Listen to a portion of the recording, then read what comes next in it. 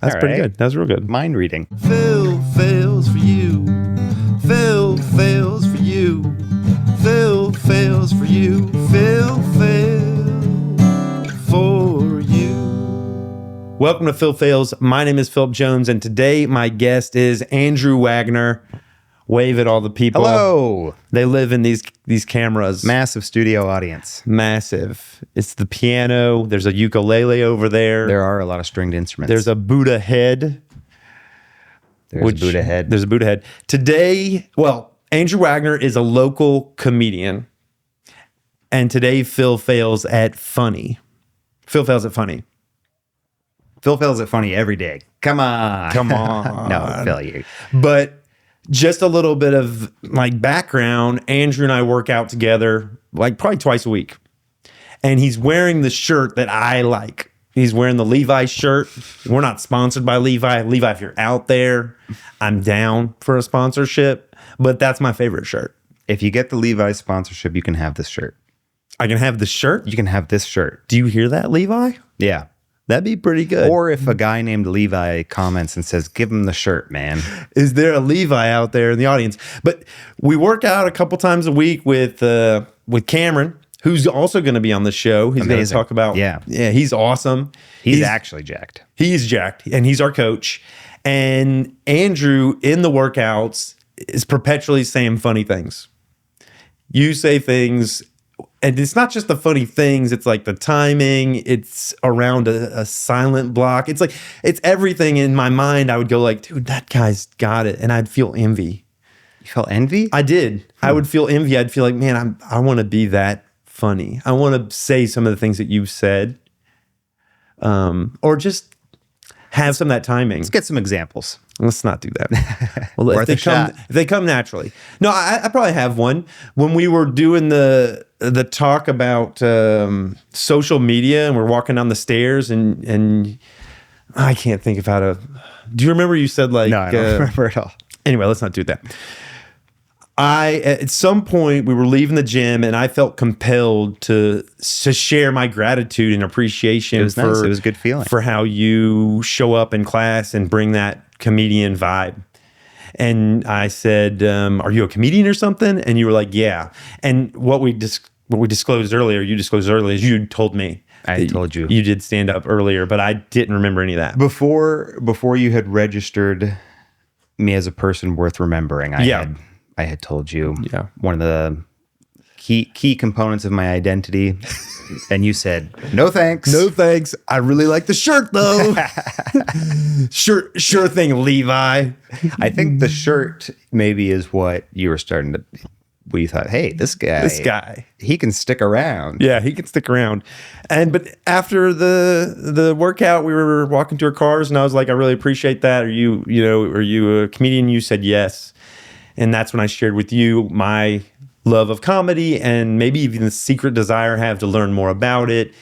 And then in hanging out further, this idea I have of going up and trying comedy, seeing what that would be like. You know, the same way that you sensed I was a comedian, I think I had some sort of sense that you were a guy who would probably like to try comedy. Really? Yeah. You're also funny. Uh-huh. You're also chopping it up. I'm chopping it up. And you know what I was envious of, not to boomerang you. You said before I'm not allowed to boomerang you, but this is a boomerang. I'm envious of you not like thinking about what you're going to say all the time. Really? Yeah, you're just out there, You don't vibing. think about it? Oh, I think I'm looking at you thinking there's a guy who's not thinking, there's a guy who's not thinking about what he's going to say. Yeah, because I mean that in the nicest way. Yeah. But I'm thinking about everything that I'm going to say. Really? All the time? Yeah, it makes me a very poor conversationalist. I do, like, in the moment, have very little filter sometimes between the moment and my mouth. Or like, and that gets me into some trouble sometimes. But it's also inviting. It breaks down some walls. It gets people. You opened up the group a lot. Oh. Yeah, man. I appreciate that. I like our group. We have a lot of fun. I like our group a lot. Yeah.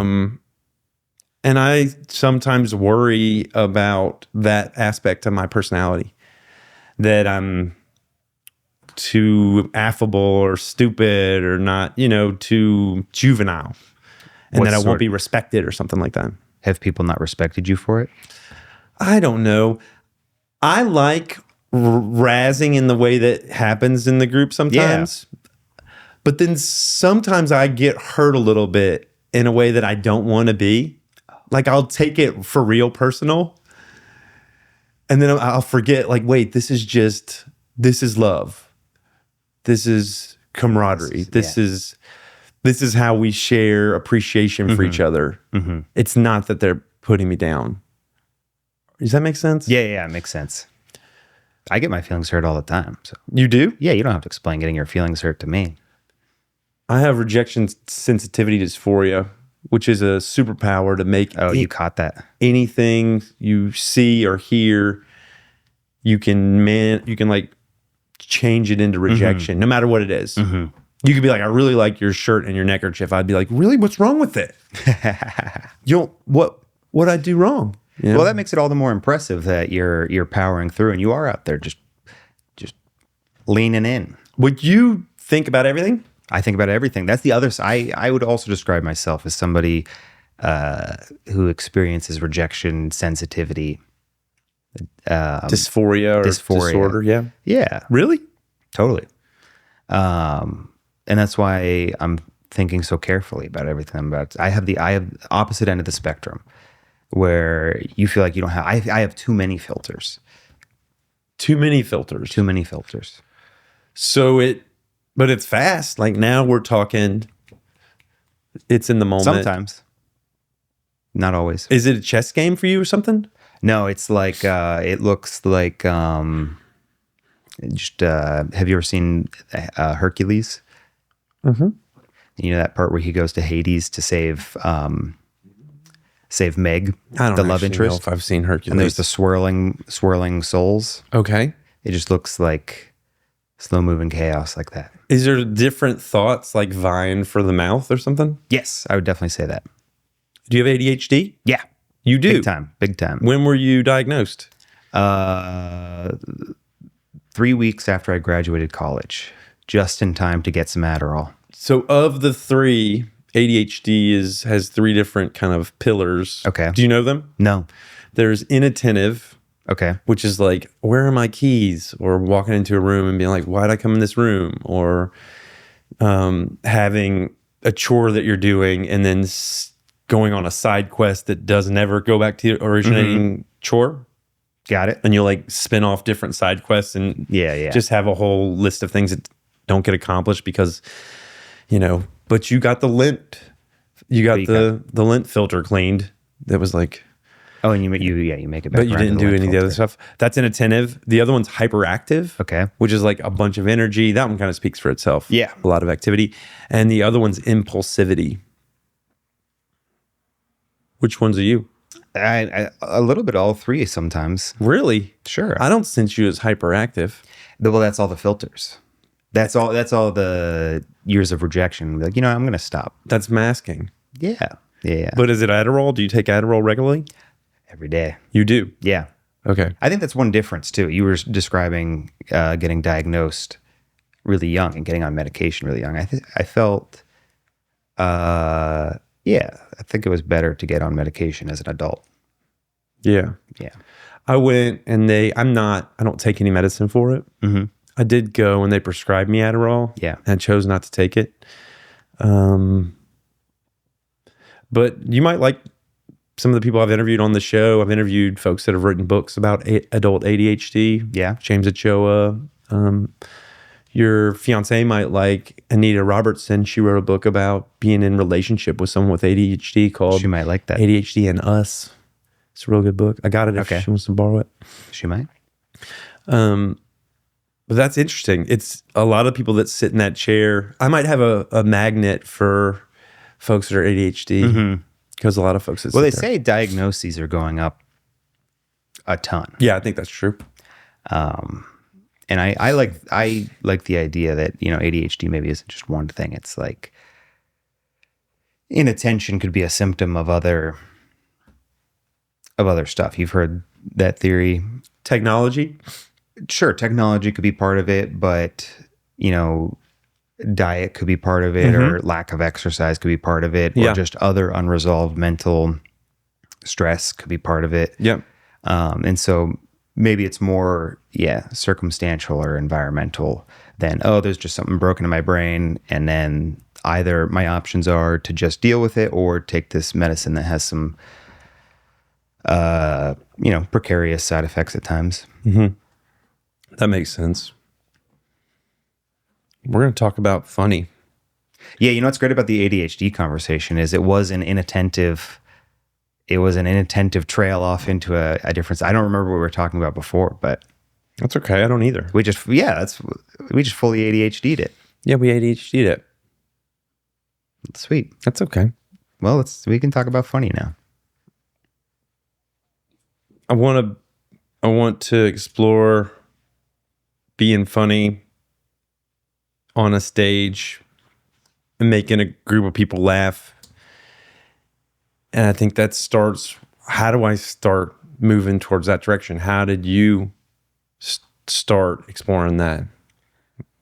I wanted to be a surgeon because I saw the TV show Scrubs. Mm-hmm. And it's a good show. I thought JD and Turk were so cool. And I was like, well, they're just having fun making jokes all day. I think that's the job I want. That's surgeon. What you thought was surgeon. That's what I thought was surgeon. And then my older brother was like, people write that. I thought they were just making it up as they go. Mm-hmm. And I was maybe 16 years old. You thought they were improv in that? I didn't know that there would be a full line by line script. I didn't. Right. That was lost. Was there to Scrubs, or did they improv some of that? I'm sure they improv'd a good bit, but yeah, most shows like that are fully scripted. Yeah, I think you're right. So I wanted to be a TV show writer. Okay. And I looked up how to do that, and I started reading about how the creator of Scrubs, Bill Lawrence, got into comedy writing, and he started by doing stand-up. Mm-hmm. And so I was like, well, I'll start by doing stand-up. Was this at UT? Where did you go to? I went to OU. You went to Oh, that's right. Yeah. Rival. For Texans, like they don't like you. I guess they do. But it's like, we'll digress here for a minute. I think Texans don't like you, but isn't it like they like that they don't like you? It's fun. It's a healthy amount of razzing, like we talked about. Yeah. Sometimes people, will mess with me, but you're from Texas. Yeah, I grew up and you chose to go to Oklahoma. I did.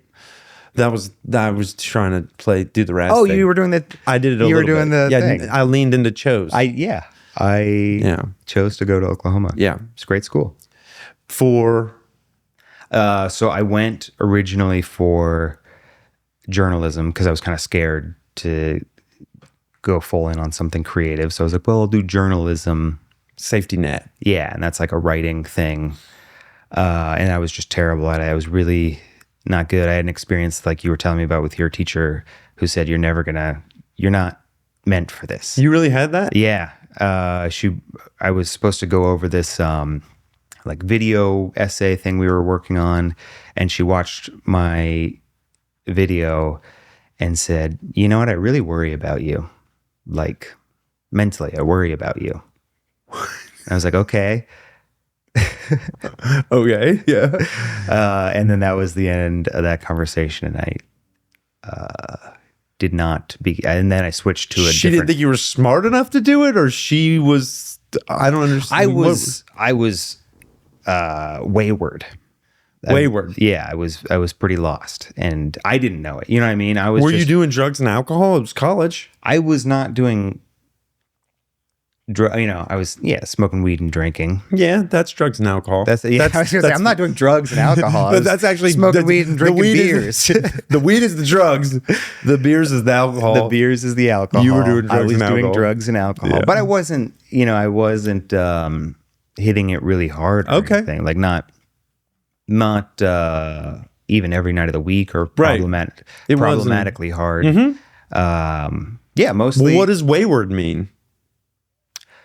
Wait, what does wayward mean? Yeah, she thought you were wayward. I'm asking, what does it mean? What's the definition of the word? I think it means, to me, if I was going to say what wayward meant, which is what you're asking me, it means like unfocused, or like you're kind of, you don't know. I think of it as a sailboat in the ocean without a sail. Yeah, I was aimless and obviously depressed to everyone who was, to adults who could see a young adult struggling. They're like, oh, this guy's struggling. Oh, dude. Oh, it's fine. I'm fine now. But yeah, I was bummed out. You come out of high school and as an ADHD person, and also didn't know that I had ADHD at the time. It had come up, but the conversation around it was like, well, that's not real. Did you struggle socially in college or in your life? Always. Yeah, sure. I always felt a little bit on the outside. Me too. Yeah. I had, I've talked about it on this show numerous times when I read this book by Carolyn McGuire called Why Will No One Play With Me? It made it all make sense. Like something about the neurodivergent or the ADHD expression, other kids, like neurotypical kids, which were the majority, would pick up on and subtly kind of exclude. Yeah. In ways that I didn't get growing up. It was just like I didn't go to a lot of birthday parties. I didn't get, I would get kicked out of groups. I just always struggled socially. Bummer, dude. Sounds like you did too. Yeah, maybe to a different, I don't know. It was different. I feel like I, had friends, but was always a little bit out. Or I wasn't necessarily kicked out of groups, but maybe wasn't invited to join groups because I wasn't putting myself out there.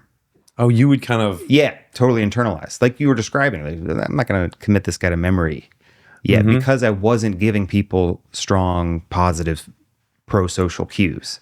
That makes sense. Avoiding eye contact and avoiding conversations and not reaching out to people. So it's not like they overlooked me. They just pursued obvious social opportunities and I wasn't involved. That makes a ton of sense. Yeah. I had kind of like the opposite thing where I would be wilder or like where they're like, that guy's a little bit off. Yeah. And you would just kind of be more blank slate. Exactly. Not give the cues that, hey, I'm a safe person to develop intimacy and connection with. Sure. Or even just interesting or like hear it all,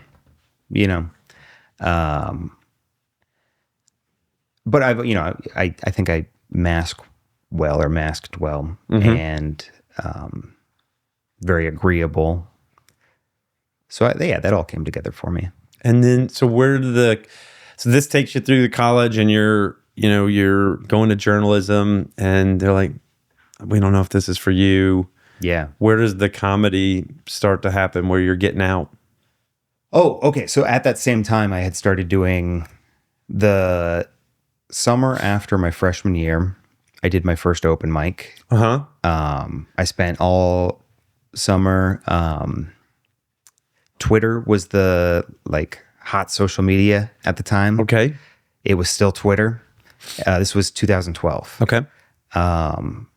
And yeah, everyone was just tweeting funny one-liners all the time. So I'd been tweeting all summer long. And you were knocking out one-liners? Yeah, I was getting maybe 15 likes. That was a lot back then. That's pretty good. That was good engagement back in the day. But you were writing. Yeah, I was writing. I was and writing it was little comedy. one-liners every day. And then so by the end of that summer, I was like, all right, I'm gonna give comedy a shot. Okay. It had been on my mind, I want to do stand-up. But I didn't watch stand-up growing up. The only stand-ups I knew were Dave Chappelle and Bo Burnham. And I was like, I can't do what either of them do. So yeah. And then I started doing stand-up before I ever really watched stand-up. Really? Yeah. What was your preparation like? I went to YouTube and I typed in stand-up comedy. And I watched Dave Chappelle's For What It's Worth.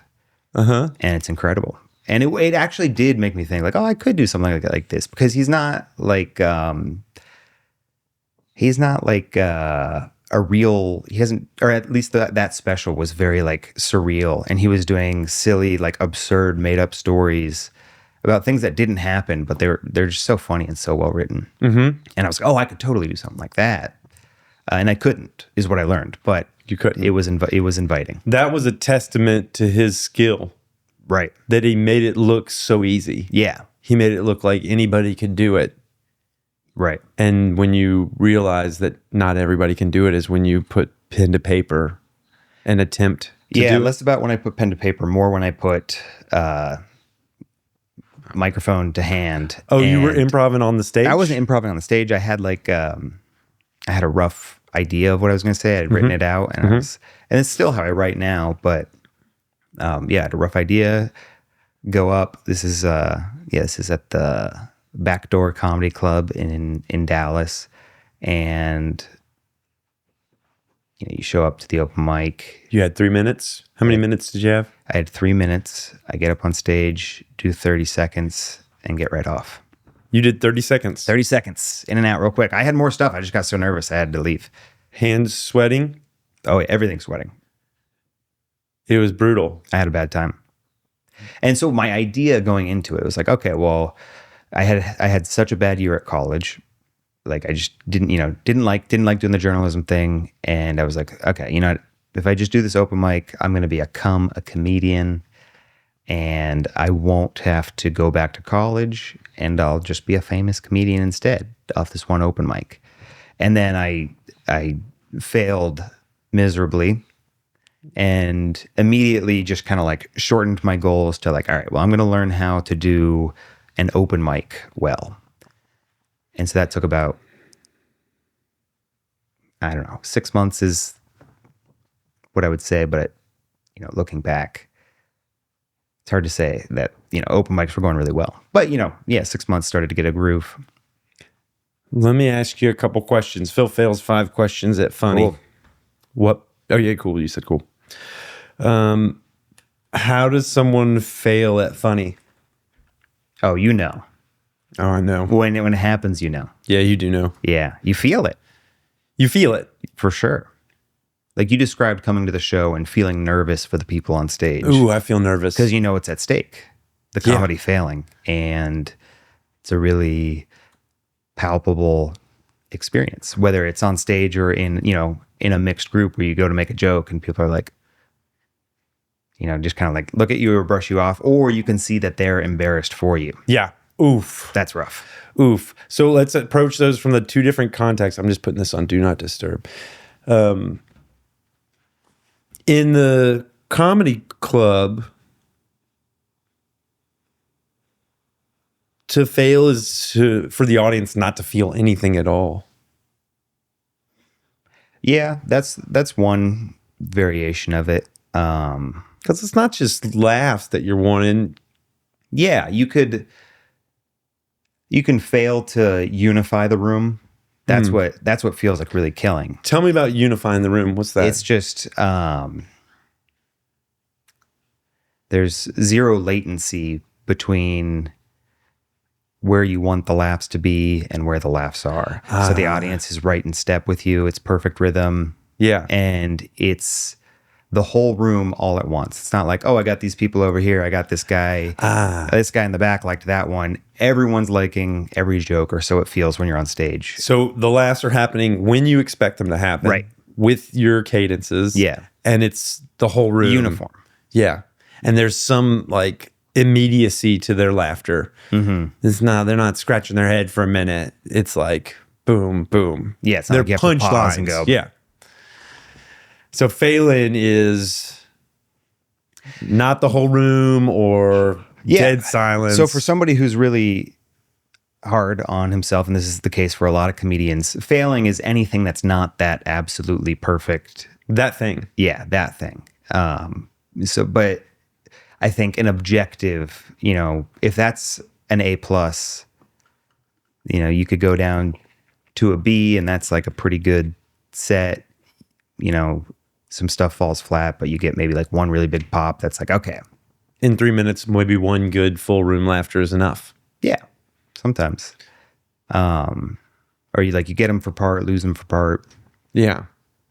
I imagine getting them back would feel like a triumph. Yeah, and so then some people lose them on purpose just to get them back. And then that feels like a win. Because if you're, some people are cocky and like they're just a no-name open micer who's been doing it for however long. And they're like, oh yeah, I lost him on purpose and got him back. But I think that's, you get to the level where you're having you're known as a comedian, you're touring around, you're having perfect sets every night.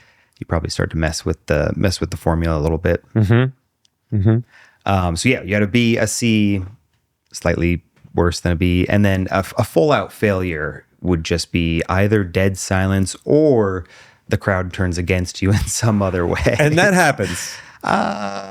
You can tell when the crowd is against you. Oof, that's got to be brutal. Yeah. So in my kind of journey, we'll just call it, to doing open mics and trying comedy on, I imagine it'd have to transcend past open mics for me to really get this full experience. But the first part would be to be okay with failing. Yeah. Be okay with having the crowd turn on me, having it be silent. Sounds really hard and difficult to come to be okay with. It depends on who you are. I think some people are better suited to deal with that type of thing and maybe have more of an adjustment to say, oh, well, that didn't go great, but this part was good, this part was fine, and I don't have to take it personally. Yeah. So if you were going to try it, the advice I would give you is to approach the failure as not personal. Yeah, it's not personal. It's not personal. I've thought about a funny way to look at it as, like, in my life, I've really succeeded at being rejected in one-offs, one or two. And that's prepared me to be rejected by the masses at one time. Yeah. I think that's you'll be in good company at an open mic. Because I've navigated failure and rejection in so many different contexts. Yeah, and it's not guaranteed that your first time is going to be an outright failure. It could be, mine was, but other people have, like, the first set just goes amazing.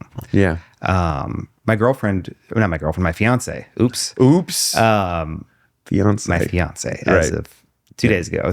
You got to change that up. I got to change it. You're changing it now. I got it right before, but now, of course, once the cameras are rolling. Yeah. She did comedy for, she did open mics and stuff before we met. And she says she never had a bad set. Really? Yeah. She still do it? No. She just gave it. Isn't that ridiculous? She never had a bad set and she gave it up? She just gave it a shot and then it was kind of like, eh.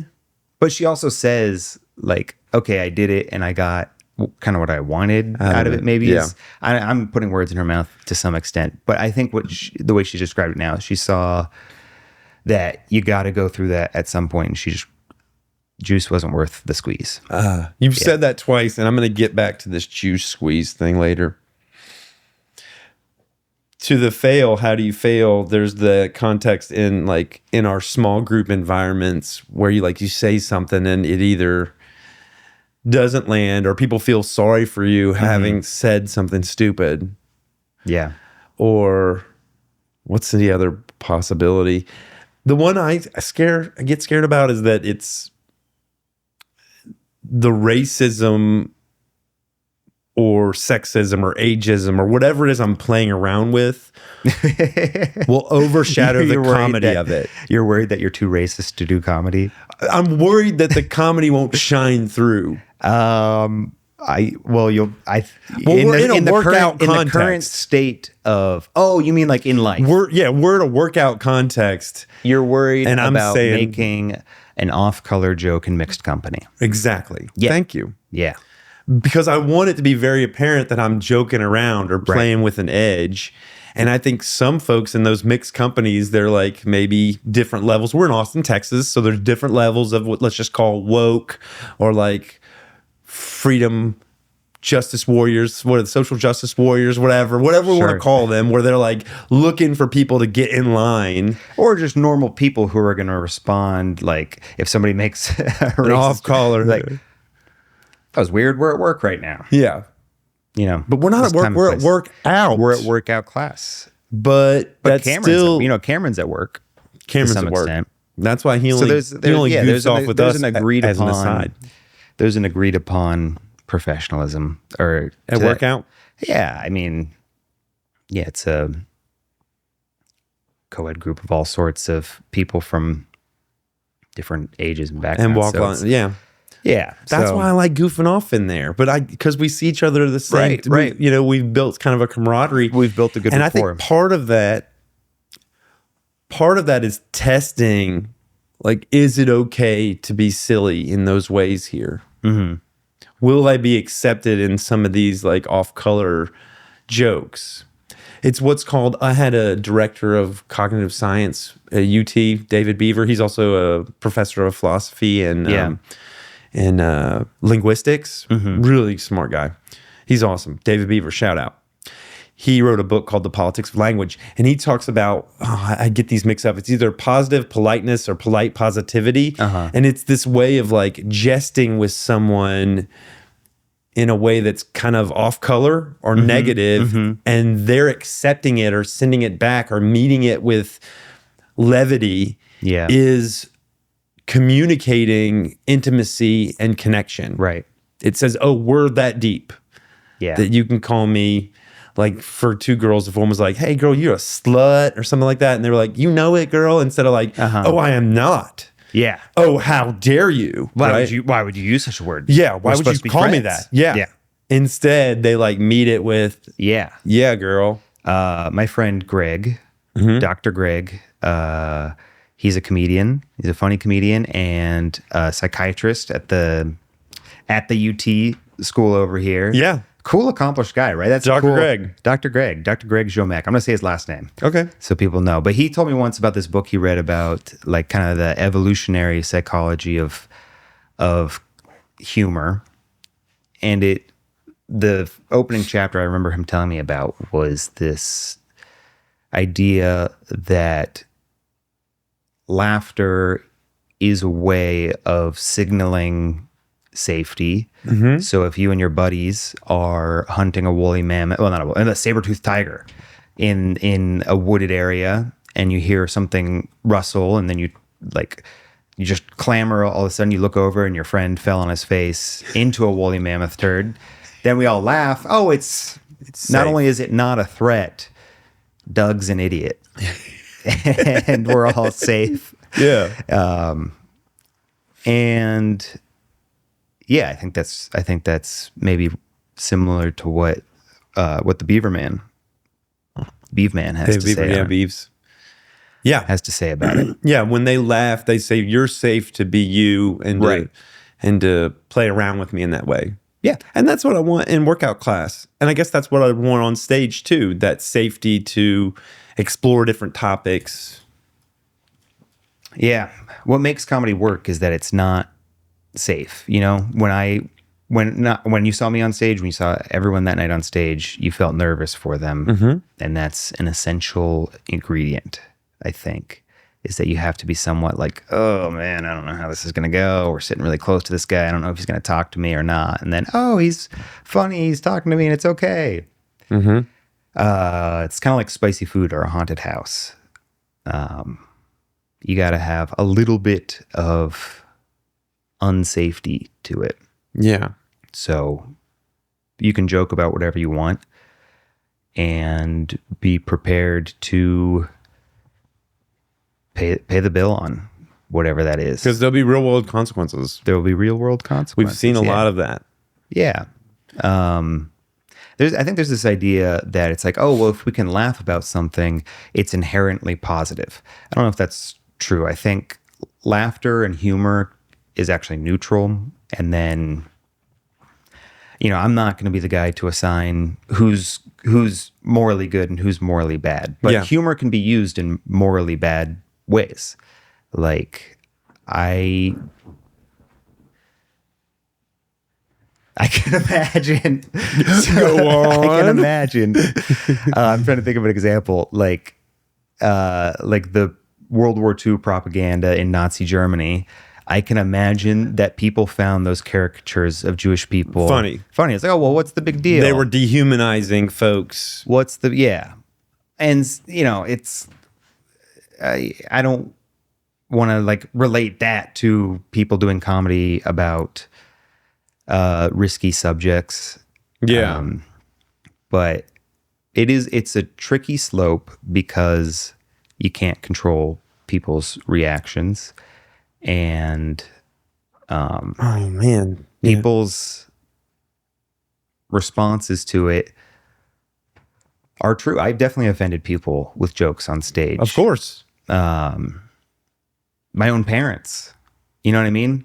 Well, I guess you don't know what I mean. Tell me. Yeah, I performed comedy in front of my parents and their whole Sunday school class, and I just did this horribly dirty thing.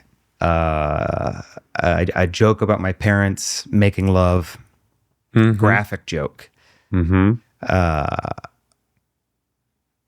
it was just like this weird David Lynch nightmare where it's a black box theater, and in the spotlight, only the front row where my parents and their Sunday school class are sitting is illuminated, and behind them is just a wall of blackness.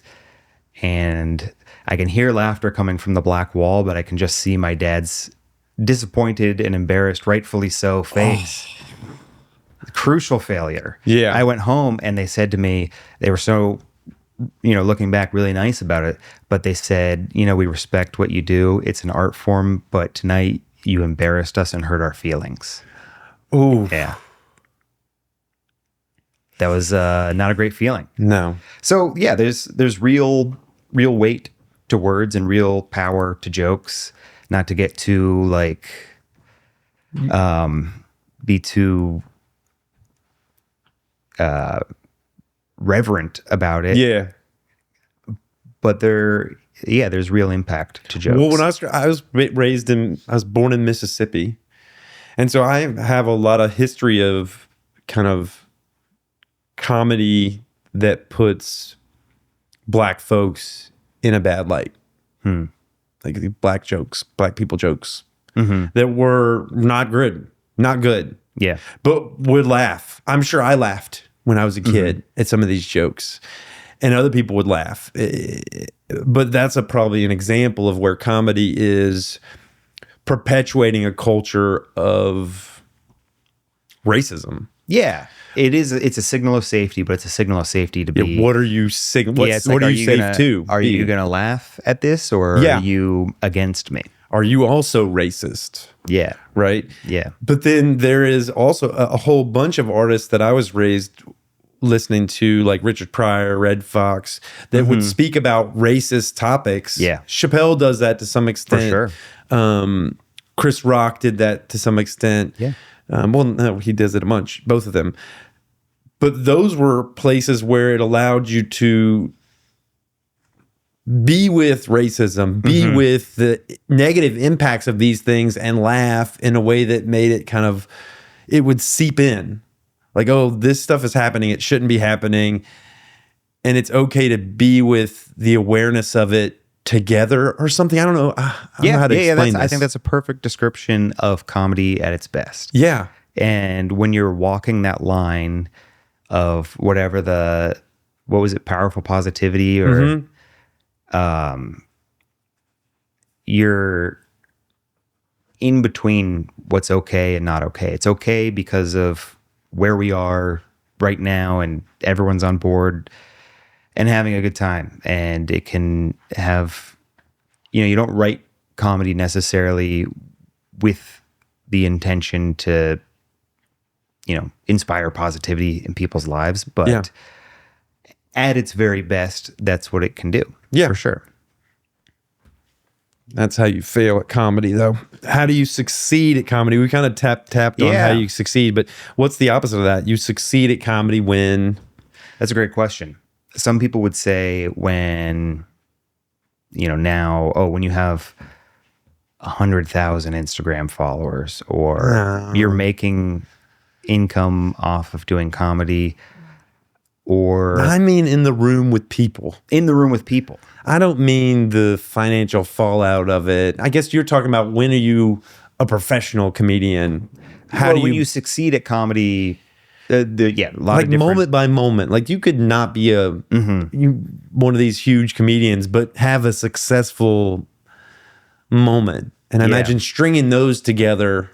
Yeah, you are the conductor of a unified experience. You're talking and the audience is reacting and you're not just talking at the audience, you're somehow listening to them too, and responding appropriately. Listening to them. Yeah. Like energetically, kind of. No, I mean like listening to who laughs and how they laugh. Yeah, watching them and responding to them. You can get on stage and you can look straight to the back and you can not look at the individuals at all, but you have to pay attention to the individuals who are there to some extent. Do you look at people when you're? Oh yeah, you look at the people individually. I looked right at you when I was on stage. Yeah, you did. So what's this guy up to? Not laughing, having a good time. Having a good time. It's not like looking at them, but yeah, you're having a conversation. If you're talking to someone and you don't look at anyone the whole time, unless that's part of your shtick and people are getting what you're doing, yeah, and you're serving as that, lightning rod for whatever, for people's attention, then that works. But otherwise, you're having a conversation with 200 people, like, in some way. Yeah. Or no one. You're just talking to no one in front of 200 people. So I would say to succeed at comedy would be to think pretty hard about what you want to say and then try to say it as naturally as possible and then respond appropriately. Those are kind of like the pieces of it. That's like the writing, preparation, writing something. Yeah. Execute on that in a way that feels comfortable, casual, or if your shtick is being nervous, do whatever you're going to do in a natural way. And then what's the third one? It's kind of like respond when people laugh or don't laugh. Yeah. Yeah. You change your cadence. That's adaptability. Yeah. You adapt to the audience and their timing. And yeah, it doesn't happen. It's not like that happens just at one set. It's kind of like a process that goes on over however long you want to do that material for. You can kind of like restart it. That's why people record specials and then don't do that material anymore. They're like, okay, I'm working on building out this new hour. I'm workshopping it on the road. It starts off not going perfectly, but then you figure out the rhythm and you've built it up to this point where it's pretty much going to work every time. And you're going to get that good response. You're like, all right, let's capture one of these at its best and then let's not do this anymore. So you can't practice comedy alone in a room the way that you can practice guitar. So to succeed at comedy, you have to, I guess, be involved in that practice process of thinking about what you want to say, saying it as naturally as possible, responding appropriately, and then fourth step, edit and change. So that's the practice process, and you have to practice that a lot on stage in front of people. Okay. I want to go through these 3 sections. Okay. A little bit. That's not official. Someone's going to see that and be like, this guy doesn't know what he's talking about. That's fine. But that's, if I had to. That's Andrew Wagner's take on comedy, just as relevant as anybody else's, I'd imagine. Yeah. Eat your heart out, Joe Rogan. I'm podcasting and talking about comedy now. Ask me about the 3. Joe Rogan. We're coming for you. Beef would be good with him. It would be good. If we could get beef with Joe Rogan, do you want to start some beef with Joe Rogan right now? I'd be happy to. Look, Joe.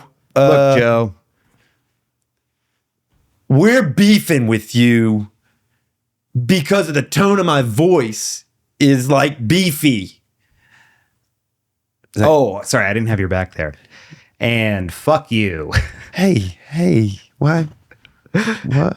Why'd you I thought we were beefing. I know, but why you effed him? Yeah, we're beefing, man.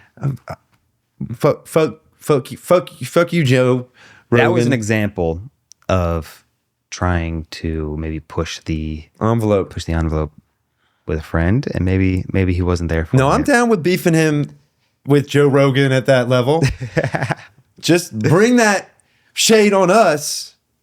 It'll only be good, right? If Joe Rogan beefs back with me, it'll bring me up to someone that's worthy of there you go. his attention. Isn't that what we're all after? But he could crush me with one of his signature kettlebells. Quibs. He could deliver a, Yeah. Let's not worry about it. You're right. Joe Rogan, we're gonna we take back what we said. Yeah. Not fuck you. Do you like Joe Rogan? I like Joe Rogan. I'm neutral. Yeah. I've been to his mothership. I've been to his mothership as well. Yeah, I think it's a good thing to have more comedy in the city as somebody who's trying to do comedy. Yeah. I think he's good for comedy in Austin, Texas. I think he's a good podcaster. I'm a fan of his. Cool. Anyway, we'll talk about the three of these, and I'll let everybody know you are the authority. Please do. Dr. Wagner. Dr. Funnybone. Dr. Goofballs. The first one's that's some kind of that's some kind of preparation. That's thinking about what is going to be funny. How do you mine those lulls by yourself? How do you find I imagine you're looking for what will unify the room. So that's what's most relatable, but that you find funny. Sure. What is it? How do you start get with there? what's funny to you. Start with what made you laugh in real life. And something that you responded to or said that really connected with someone and made them laugh. That's probably the best way. Let me get that. That's like sourcing the raw material. You said mining. That feels like the raw material. But sometimes it's like, well, I think this concept is funny. No one's ever really talked about how women be shopping before. So maybe I could dig around in that category and find a fresh take. Something that connects with people. Those are pretty much the two ways. Just capture something from regular life or go looking for it. Laughing is a magical thing. I don't do it as much as I used to, I think, in my older age. That's sad. Why not? It probably is sad. I've remembered the times where you laughed in a way that you were scared you were going to die. Yeah. Have you ever had those laughs? Yeah. Where you're like, I really need to breathe. I need to get this under control. It's this uncontrollable, almost hysterical laugh, which is such a beautiful, cathartic thing. Yeah. I don't remember the last time that happened. Yeah, I don't know. Do you remember the last time it happened for you? Yeah. What happened? Someone told me a story. I'm going to keep it anonymous for, Now, somebody told me a story about a guy using steroids before a co-ed kickball game.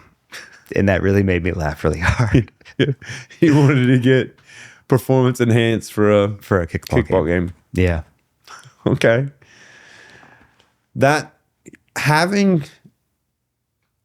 Getting that experience out of one person, I think, is really cool. Getting that experience to be uncontrollably laughing, a whole room full of people. Yeah. I don't know if you really, in the stand-up comedy audience, I don't know how often people are really getting to that hysterical. Yeah. Just next level, losing their minds laughing. I think that's a special thing reserved for. It's a special, almost psychedelic experience. I think it's definitely a different state. Yeah. Yeah. Probably something different physiologically going on with you that's making it really hard to stop laughing. Huh. Yeah. So we're finding in the pre-production, we're finding something that's funny to me. And then maybe I got some feedback from the external world, that it's not just me that finds it funny. Yeah. Or a bit that I want to develop and find a funny angle on that's very common. Mm-hmm. Like women be shopping, things that we all do. Yeah. You hear, that we all know about. Make a point in conversation with a friend and oh, that's so true. Like, if it's so true, maybe I could find something funny about it. Like, I think I'm going to try one. Cool. I was trying to work on that with DMX. Okay. And what he's going to give to you. All Because right. X going to give it to you. What's he going to give? And I was asking folks, what do you think? What is the it He never says. that X is going to give to you? And I thought it was sexual congress. You know, Gonna give it. coitus. Yeah. And then other people thought it was violence. Violence. I thought it was the experience of a time well spent. You know what? I thought that too. He's an entertainer. He's entertaining. He's giving you the positive joy of experiencing rap music. Yeah. X going to give it to you. He always gives it to you. He's going to give you like a sense of, you know, like excitement, joy. yeah. Sometimes what he gives me is the unrealistic belief that I can say the N-word and it will be okay. Huh? All right. Huh? You're ready. You're primetime ready. There it is. There it is. X gave it to you. X gave it to me. I had nothing to do with it, just for the record. I can't say it. I had I nothing will to do. not say it, even though X does get me to that point, the precipice. X got you there. He does get me there. Don't put that on X, man. Don't let that be his legacy. X is gone. DMX is passed on. R.I.P. I don't know if that's what people do. I don't know Some what people do. that. R.I.P. DMX. Okay, R.I.P. DMX. but I won't make that his legacy. Okay, Andrew. That's fine. I won't put that on him. That's fine. You're not going to give it to him.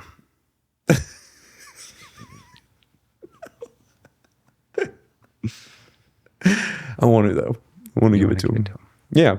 So that's one thing I was playing around with. That would be an example of the second one. Like it's an idea that then I like drill for yeah. some funny in it, and the bit is like the N-word, because the N-word gets to be a little like Surprising, edgy yeah. and kind of racist and kind of Yeah. that's the left turn.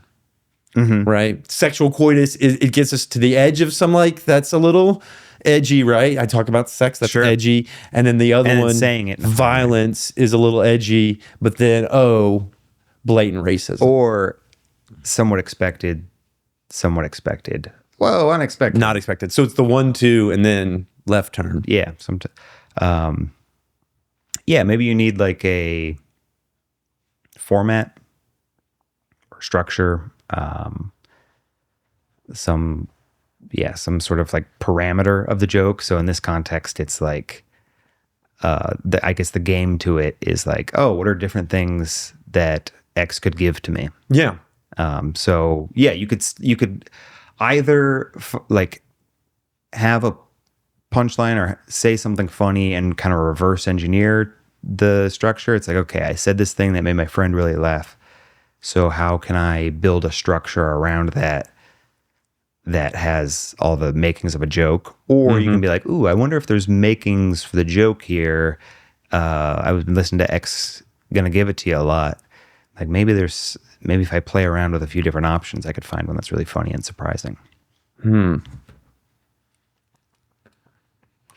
People have to know who DMX is, though. People know who DMX is. All people? Well, most people. Well, and that's what's important about having good structure, is that if it's a well-structured joke, they'll pick up on the rules of it and say, oh, okay, so this is a song where a guy says X gonna give it to you. They don't have to necessarily Gonna give know it to about DMX because I've given them context Yeah. clues as to who this DMX You'll is. teach them about it. Yeah, I'll teach them. Yeah. So that I'll get the ones that don't know. And maybe the ones that do know, they'll lead lead the charge. Yeah, that's another good thing. It's good to have like a couple really loud laughers in a comedy audience. Loud laughers. Yeah, they warm everyone else up. That's nice. Yeah, being around people laughing makes you laugh. Because oh yeah. Have you ever been to a laughing meditation? I have not. I've done it. If you'll start to laugh. Like we could do it in a little bit, like during our break. Okay. That's a no face. I thought we were going to do it on air. We will do it on air. Okay. You don't want to? I'll give it a shot. You give it a shot. What am I Improv. What am I being a wet sock for? Why would you do that? But you'll you'll laugh a little bit performatively. Uh-huh. And then you don't know when it switches, but at some point you're just laughing.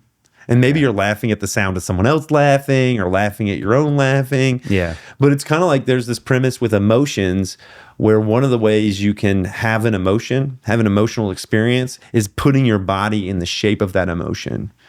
Like, so if I put on a smile, right? Oh, you mean like the If I put on a frown. power stances?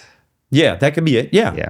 Yeah, if you stand in a powerful way, you start to take on the emotional kind of air of that stance. Yeah, power poses. Another one is you can catch an emotion from somebody else. That's probably what happens in the audience. That guy's having a good time. They're sharing happiness, exuding that happiness, and it's contagious. Yeah. Also, most people don't want to be heard being the only person laughing. Oof. So once it's like, safe that it's going to be covered up, everyone goes, okay, all right, I'll laugh because I'm not going to be the only one. Don't want to be singled out. We need that like front runner. Yeah. It's good to have a front runner. Okay, so that's the first one. In subsequent times when I have you on the show, we'll actually do some writing together. Okay. We'll do some writing together and flesh out some stuff that then I'll try on stage. Yeah, sounds good. When do you want to do your first open mic? Should I set that? I should set that goal, huh? Yeah. What's today? The 13th. May the 13th. I don't know. What do you think? I probably want to interview you again and do this right? Because I'll do one episode that we'll do will just be Phil Phails at the pre-production for a comedy thing. Mm-hmm. And then the next one will be like, I do it and film that open mic, and that'll be the execution. Well, how right? about this one is number one? We're doing pre-production right now. You want to do this one as pre-production? Sure. Yeah. I mean, you already gave me the DMX bit. So we Okay. have that. How would you bring that up on stage? How would I bring that up on stage? Yeah. I've thought about this. Like, how would I approach? So they call, all right, give it up for Philip Jones. Yeah. And then you go up on stage. Hey, everybody, welcome to this party, this club. We're all having a good time out there, aren't we? Woo. We're all having a real good time. We're having a great time. It's give it up for the guy who introduced me up here, because he's a good quality person, and now I'm here. Take it away. Do you guys know about rap musics? That's a good start. Yeah, Yeah. yeah. Because I said musics in a Musics. fun play. Yeah. Fun, playful way. There you go. You guys know about rap musics. I am a big fan of rap musics. I like all kinds. There's this like kind of rap music that's almost self-helpy. Like you got your Tribe Called Quest, and you got your like these guys that are really speaking towards elevating mankind. Right? They want us to be better humans. They want us to be nice to each other. They want us to look at our life with a positive mindset. And I like that. I want to do that. I want to look at my life with a positive mindset. I want everybody else to too. So when they see things, they're like, that wasn't about that person hating me. It was like when someone like steps on my foot, it's not because they were disrespecting me. It was because maybe they saw a bug on my foot, and now that bug is gone. But the best comedy is gangster rap. The best comedy is gangster rap. The best rap is gangster rap. is gangster comedy. I mean, the best rap is gangster rap, because these guys are confident. They're so confident. They're confident beyond anybody's real ability. This is like next level confidence. It's like the level 11 on the amp in Spinal Tap. It's like you turn it up to a level. That's their confidence. And one of my favorite guys is DMX. He's got a tone of voice that's really like, it gets me going. And it's also a little scary.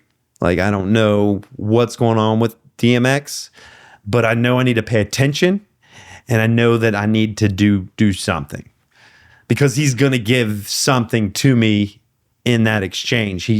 One of his key things is X going to give it to you. He says it over and over again. X going to give it to you. You know? What? X going to give it to you. Huh? Yeah, he does that. And then in my mind, I'm like, he's never really clear on what it is, right? He says that he's going to give it to you over and over again, but he never like illuminates what that is. And so I'm not sure how to feel about it, right? Because it could be sexual congress, which is like, fine. He's going to give sexual congress, but that's more for the ladies, right? That's not for me. I'm not the audience for that it, right? I'm certainly getting excited by it, which questions some things about my, sexual orientation, but we're not going to get into that right now. What we want to get into is this it. It could also be violence, which would be very odd for me to get excited about the violence he's going to give to me. I wouldn't get excited by that, right? Because what happens next is like, what's that called? Like pugilism? Pugilism, that's boxing. Like the group. Oh, okay. It's boxing. Pugilism. It's like getting assaulted. I don't want that from DMX. He's got a lot of muscles. The other thing it could be would be just like having a good time. He's given us the experience of rap music, and that's pretty awesome. We all want that. Unfortunately, what I always get is this uncontrollable desire to freely say the N-word in public.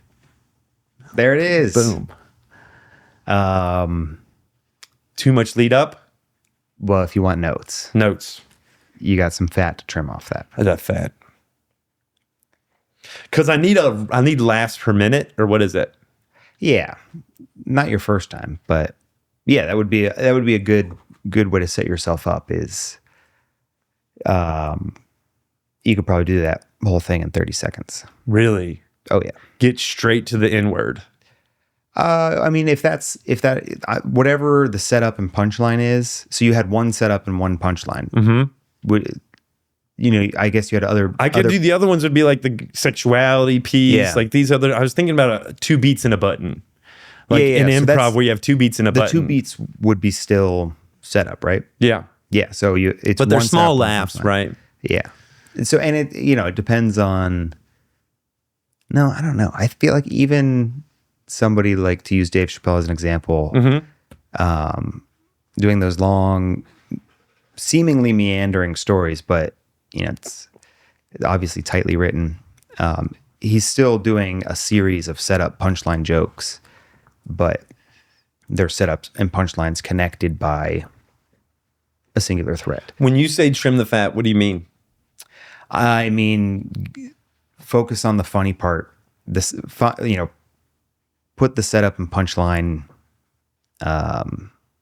closer to the beginning of talking about the joke. It would be fine to do a joke where you talk for a minute about different types of rap that you like. And that's how you kind of, maybe you have like a chunk on, you got 3, now I got 3 minutes on rap. Each one of those needs to have a joke. I need to have a joke about the enlightened rap. I need to have a joke about the other one. And then the DMX is really kind of where I'm going. Yeah. So you could have, you could have a Tribe Called Quest joke. You could have, you could do like a White Rappers Avenue. Yeah. Like a Milli Vanilli joke. Yeah. You could do, like Will Smith and DJ Jazzy Jeff. Yeah, I could do a joke on that. Kind of like a, but that's like more family friendly rap. So yeah, so the structure is now fleshed out a little bit more. Originally, the structure of the joke you were working with was, what's Zach's going to give to me? And then you kind of start thinking about like, well, how am I going to say this to an audience and keep it funny and engaging the whole time? Yeah. It's like, well, I got to expand the topic and write more funny things on that subject. About rap. Yeah. So basically it's like writing rap, comedy, and then we talked about genres of rap. Yeah. And we got like hip hop, which is more kind of introspective or wholesome. Then we got like white rappers like Milli, not Milli Vanilli, Vanilla Ice. Yeah. Vanilla Ice. Sorry, I said Milli Vanilli. Vanilla Ice. Similar category. And then more like family, which is like your Will Smith. And then And I'm going to this gangster rap because I think that's where there's going to be some fun and a little bit more edge. But each one of these needs to have some kind of funny take. Ideally. Yeah. And let's not forget a touch of irony. So you get to the end and your takeaway from, if you want to do that joke and not be like, oh, this is just a guy who wants to say the N-word, you have to set it up with you have to balance out the irony of it. So you go into rap expecting one thing, and then, oh my God, what happened? I got another thing. So that's kind of an important part of setting up a joke. What would be an example of that here? I don't want to be just a guy who wants to say the N-word. So there's some way of disarming that or making that.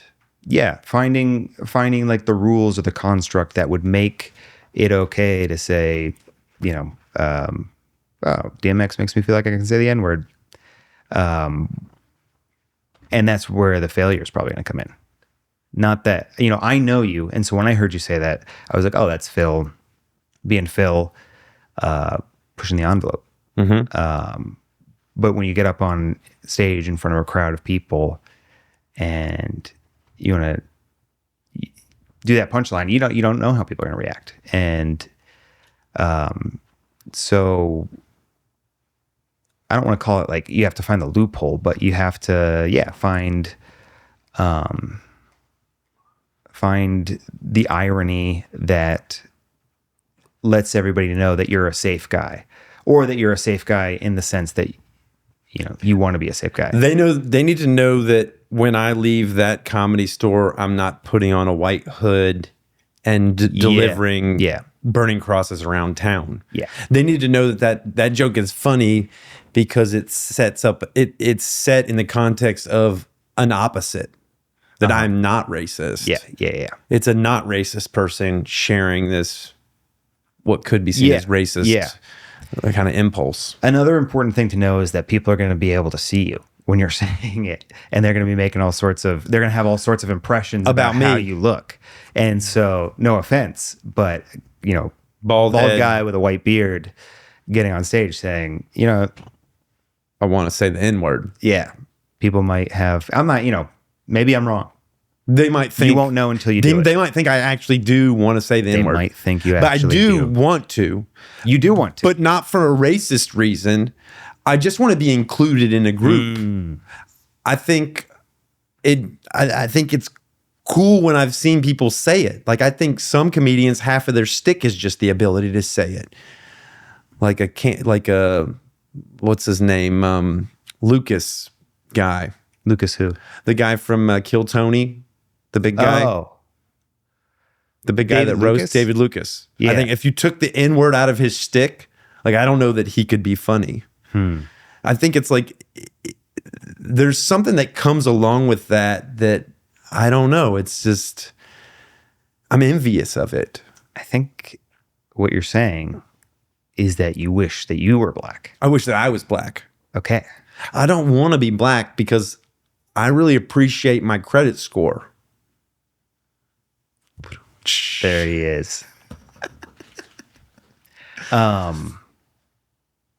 then maybe that's like I don't know that I want to be black, but I definitely I like think it's maybe I how do many want to be white black. comedians do you know that are doing comedy where they say the N-word a lot and it's not coming off as None. super racist? Exactly. No one does it. So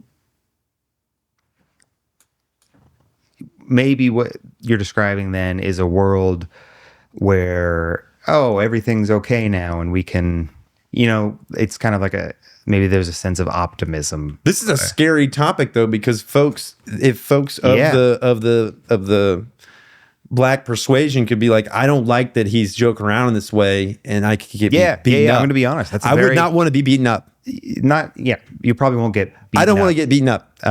And the state of Austin comedy right now, you'll hear jokes like that from white people all across town. Oh, you will. I think it comes down to like what you want to do and what you want to communicate. So maybe I need to think I think of other I'm projecting a lot of my, my own feelings about that, where it's like, well, I don't want to do a joke about that. Well, my history is like I was raised in Mississippi and kind of used the N-word up until I was like 4 and didn't realize not I was 4. I'm sorry, 14. Until you were 4 years old? Was it your first word? Yeah, it was my first word. Yeah. It wasn't my first word. I used it until I was maybe 14 or 15 in friend groups, like without any awareness that there was something wrong with it. Were those all white friend groups? Yes. Well, yes. That's gonna change the dynamic a lot. And then I came to realize that's not okay. Mm-hmm. I mean, I think I came to realize that some of the culture that I was in Mississippi was deeply racist. Yeah. And I didn't want to be a part of that. Mm-hmm. So maybe this is me wanting to kind of like poke fun at some of that and relive some of that in a fun way or playful way, or find some kind of comedy in it. Cause it's real for me. Yeah. That's being from Mississippi, kind of having touched or been around some of that culture. Yeah, that's that's pretty vulnerable topic. And so that's why it matters what you say on stage, because whether you're thinking about it that way or not, it does say a lot about you and how you see the world. And so you'd probably want to communicate how you see the world as authentically as possible to how you actually see it. But it's also, it's a funhouse mirror. So it's a warped, you want to start with the accurate thing and then warp it in a funhouse mirror. Yeah. And so, it's a really challenging topic to say, I grew up exposed to casual racism, and learned that it wasn't right, but oops, I listened to DMX and, I see what you're saying. One's saying like, I'm safe. I was aware of the wrongness. I was aware that this isn't the way to be. Yeah. I acknowledge that fully with you, the audience. So I'm safe in that regard. Now accept some of this blatant racism. Yeah. And that's not the case every single time. You know what I mean? Like there are going to be crowds who are more like, especially, in the downtown Kill Tony ecosystem, those crowds are more like, it is what it is. We're doing edgy comedy. Nothing's off limits. That's the expectation coming in. But you go to the average, paying comedy audience, they might need a little bit more, something that works in that environment where people are expecting that and looking for it, because they like that flavor, spicy food, or they like horror movies. Anthony Jeselnik isn't for everybody. Yeah, exactly. Yeah. I need to pick some kind of edge, though. Yeah. For I'm not saying that you shouldn't be edgy. Let's throw some edges out. So racism is one edge. Racism. Another edge is sexuality. Okay. Right? Yeah. You give me one. What's another edge? Another edge is irrational anger.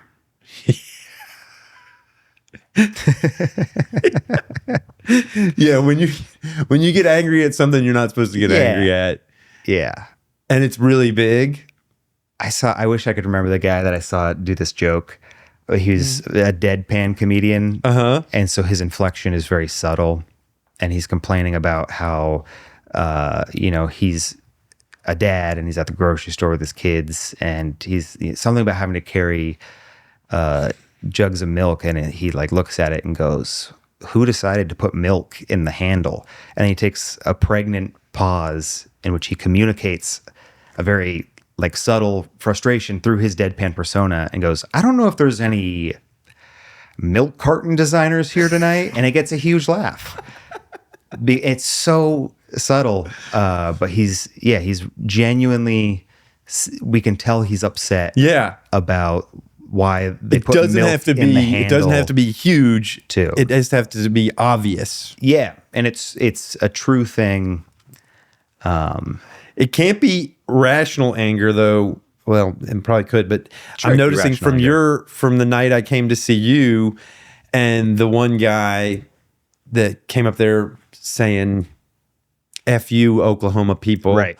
And in his shtick, he kind of did this thing where he was anti-lesbians, and then the next performer was a lesbian performer, and she came up there with rational anger that almost seemed a little too rational. You said rational. It was too rational in a way that then she kind of bombed. And I think Yeah. it was because of how rational that anger was. It seemed more that wait, you're actually angry. Yeah. You're actually using this as an opportunity to share your anger. Yeah. Yeah. There's no joke in it. Maybe you could do that type of exploration on stage, and it doesn't you don't always find the end of it while you're on stage, and I think that's maybe what she was doing. what they were going for. Yeah. Oh yeah, they're going. Yeah. But yeah, so whatever you feel like talking about. What's another edge? Another edge. We got sexuality, racism, irrational anger. Maybe replace. Well, unless I don't want to tell you how to do comedy. You tell me. You're here to tell me how to do replace comedy. Edge with surprise. Okay, yeah, the surprise. Surprise and irony. Edge Okay. is just a form of irony. Okay. And surprise. Okay. So I'd pull it back and say, yeah, surprise and irony is what you want. And so that could be a play on words, or like a little, I don't know, like a little word puzzle. Like, one of my opening jokes is like, oh, you're probably, well, and here we are talking about race again. I see you're probably wondering my race and ethnicity is. I'm Asian, half white, half Caucasian. So that's racism. Yeah, it's in the race category. Come on. Racism? I mean, yeah, it's in the race category. Yeah, in the race category. You're not, white people can't racist white. Oh, because of how. So yeah, you can joke about race. The way I like to go about it is more. I'm taking the ism off of there and just putting race. Yeah, it feels a little spicier when you have the ism on it. It does. The ism puts a little something on it. But yeah. So it's a turn. Yeah. It's a surprise. It's an irony. Yeah. It's saying what they didn't expect. Mm-hmm. Yeah. Yeah, something they didn't expect, but like kind of know to be true. Either true by the rules of the game and the joke, the structure of the joke, or true by like it's relatable. There's a relatability. Relatability. That's what we're going after. Right? It's like, oh, that shocked me, and I could see that. That makes sense to me too. Yeah. Makes sense. Yeah. So in the example of like, the Mississippi origins, maybe like the resounding truth is like, oh, we've all all been guilty of, if you're a white person, you've done something racist in your life. And so then that's kind of like, you don't have to say that explicitly, but that's the truth in comedy of it. Maybe. Yeah. That if you are white, you've probably been exposed to racism. Yeah, and that's relatable because it's like white people are like, oh, it's true. We do have a history of racism, and black people are like, it's true. You guys are really racist. Yeah. And so if it's something that's that relatable, hopefully any audience could listen to it and find it funny. You talked about different rooms and different, like, do I write for the room, for the audience? Not necessarily, but sometimes you may need to adjust for the room or the audience. Sometimes it's like you're explicitly told to adjust. You'll get a show and it's a clean show and you have to... You get those? Yeah. Where it's like, so all your surprises and ironies are You can do stuff like... usually it'll be a PG-13 level clean. So you can't say... No cuss words. You could say like... You could do a couple dams and hells. Dams and hells. Shit is probably too strong. It depends on the crowd. Dang, you do those? What? Those clean shows. Sure. You've done those. Yeah. That's got to be challenging.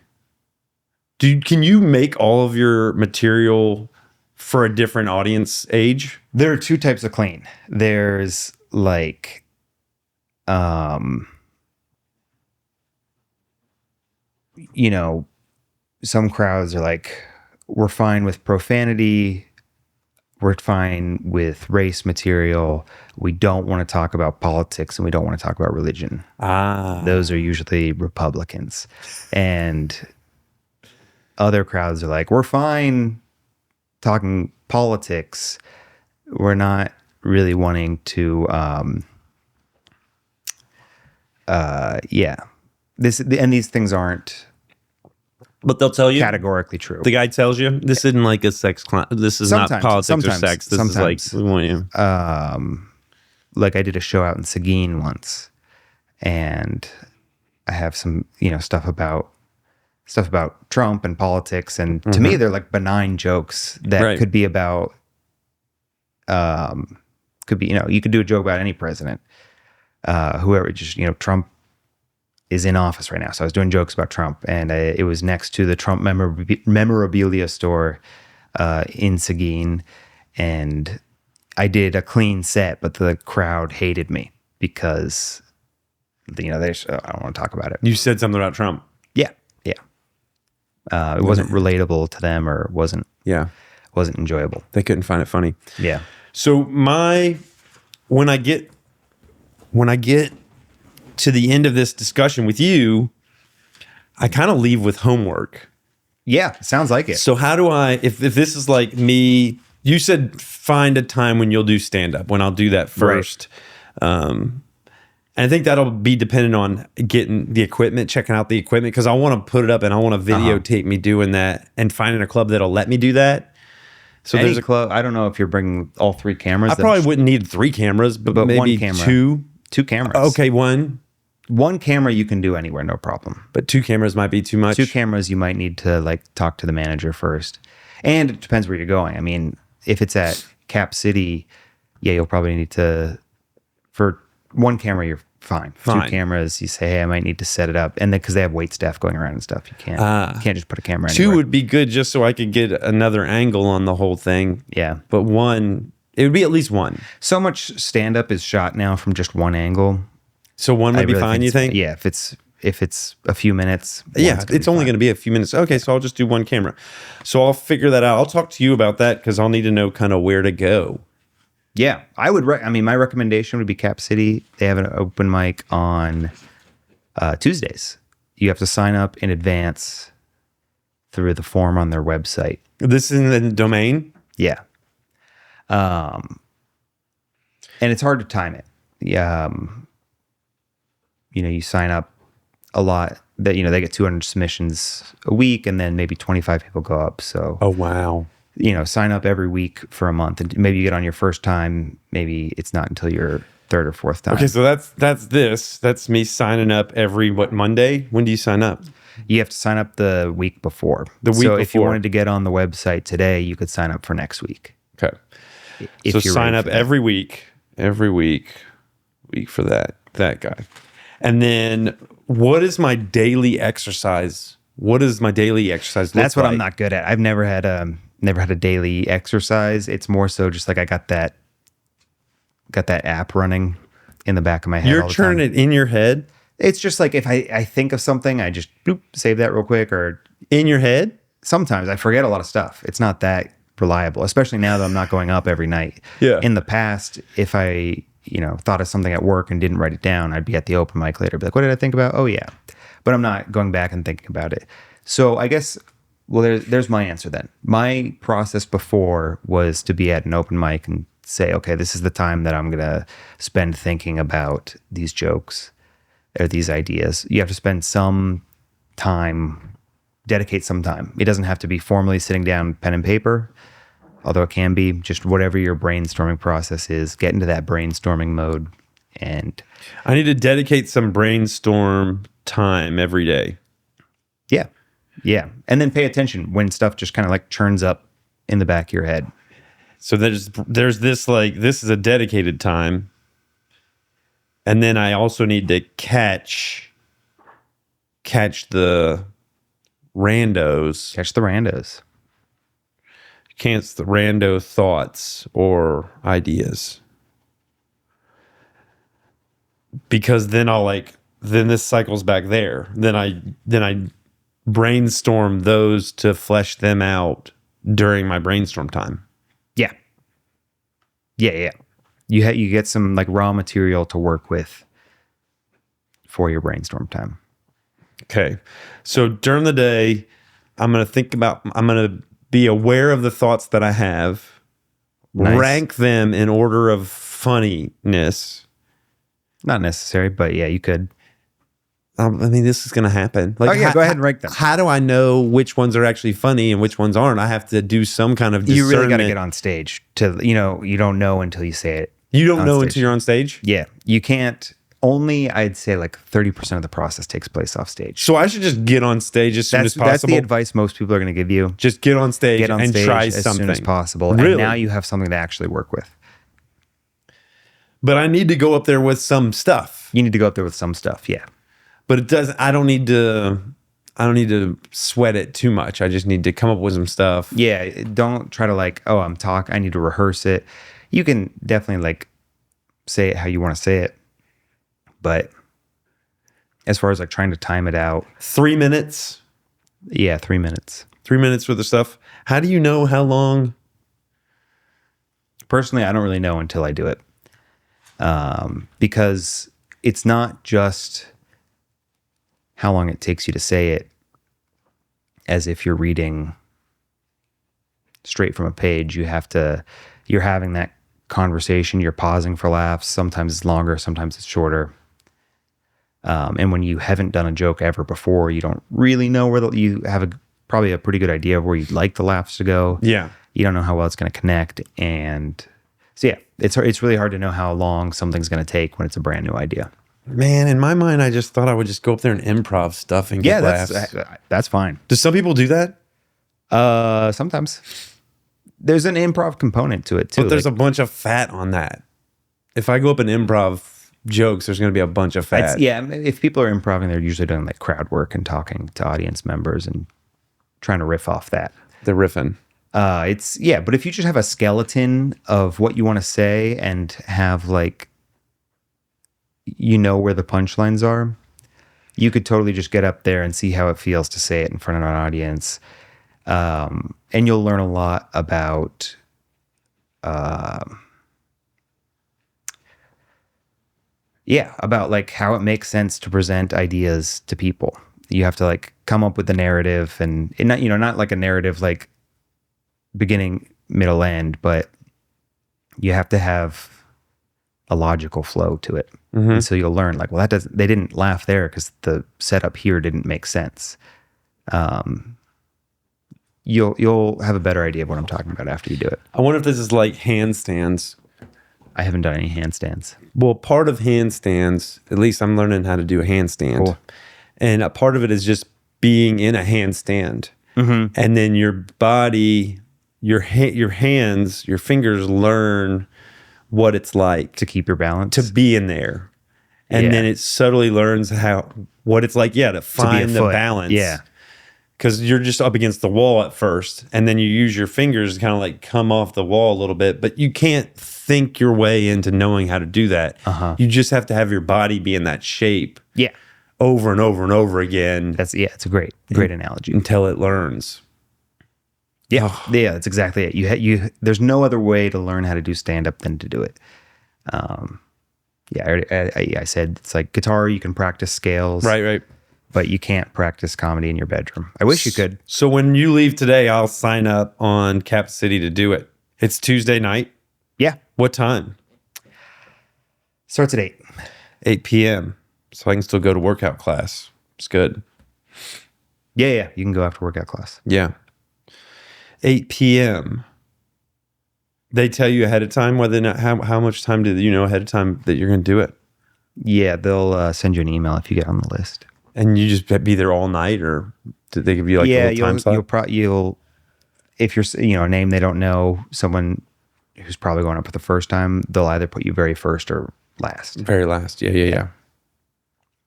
And it's going to be brutal, huh? Not necessarily.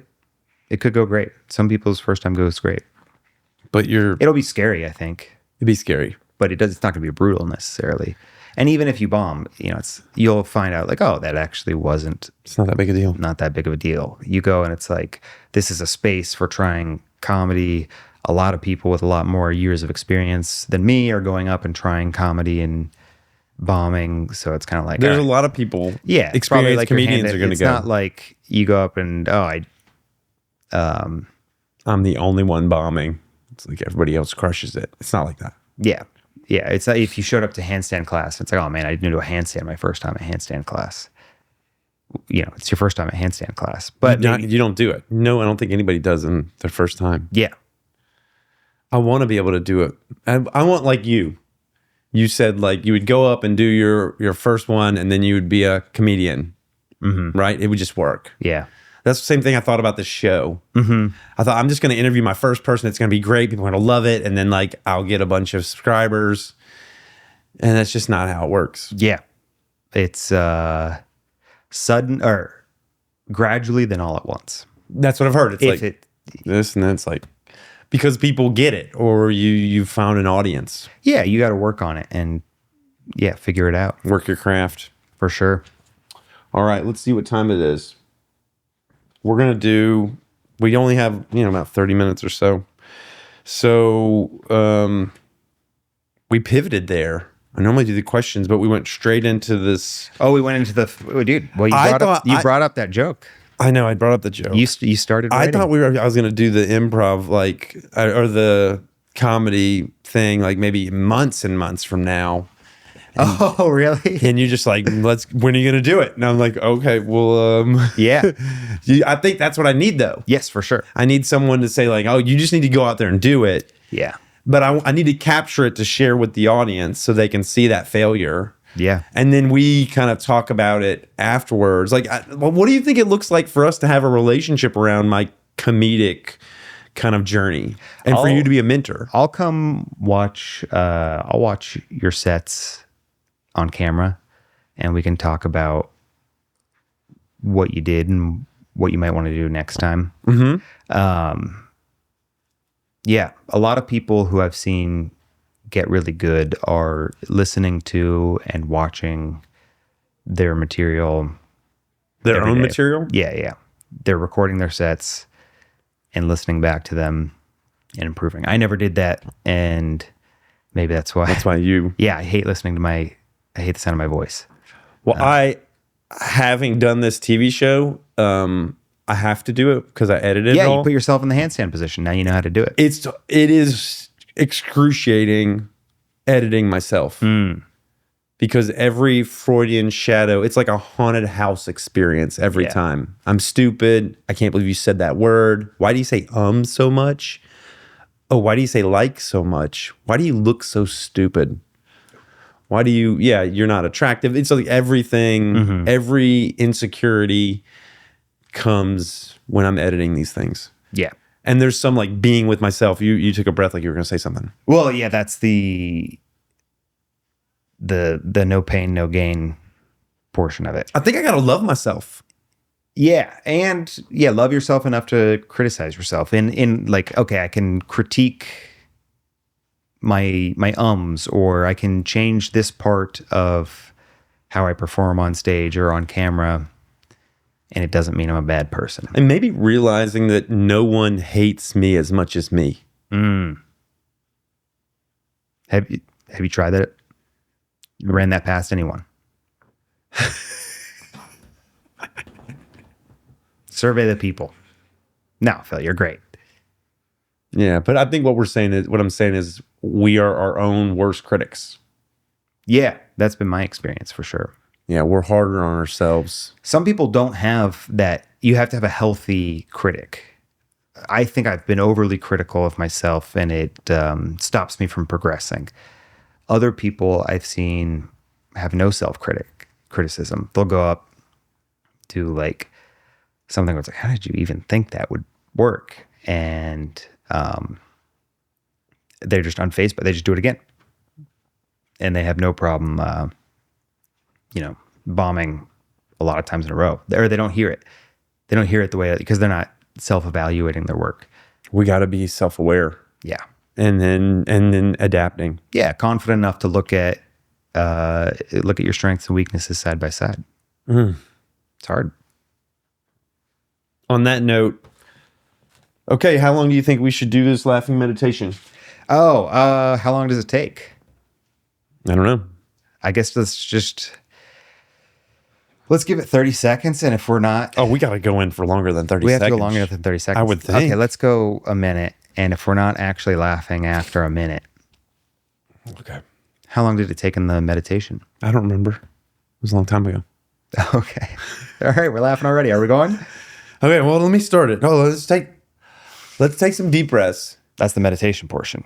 Well, no, the laughing part is the meditation part. Really? Yeah. Right.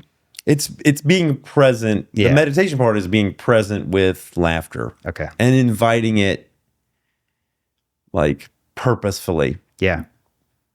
Okay, ready? Ready when you are. Okay.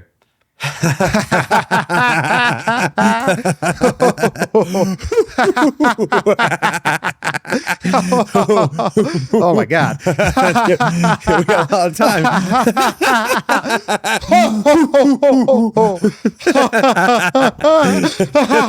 But now look at the camera and laugh. No, your camera. Now that one. Oh, that's halfway done.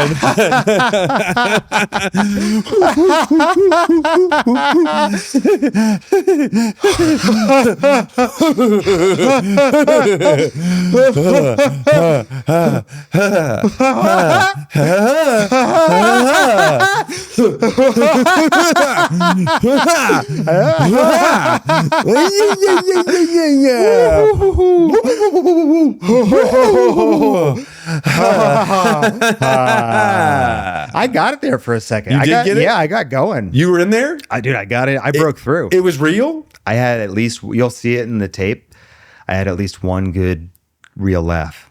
Okay. Which one was it? Who could say? But you'll see it in the thing. I'll watch back. There was a moment where I got a little bit lightheaded, and I was like, all right, now I'm laughing. You were in a delirium. You were from oxygen depletion. I feel so embarrassed that I got there and you didn't. And I didn't. How do you know I didn't? I don't know. It seems like you didn't have as good of a time as I did. This feels like what would happen with a man and a woman when they're talking about orgasm. Yeah. Is that where you're going for? That's what I was going for. I faked it.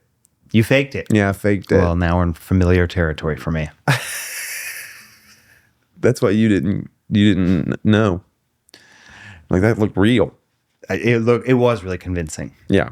I thought I was killing it. They all have what he's having.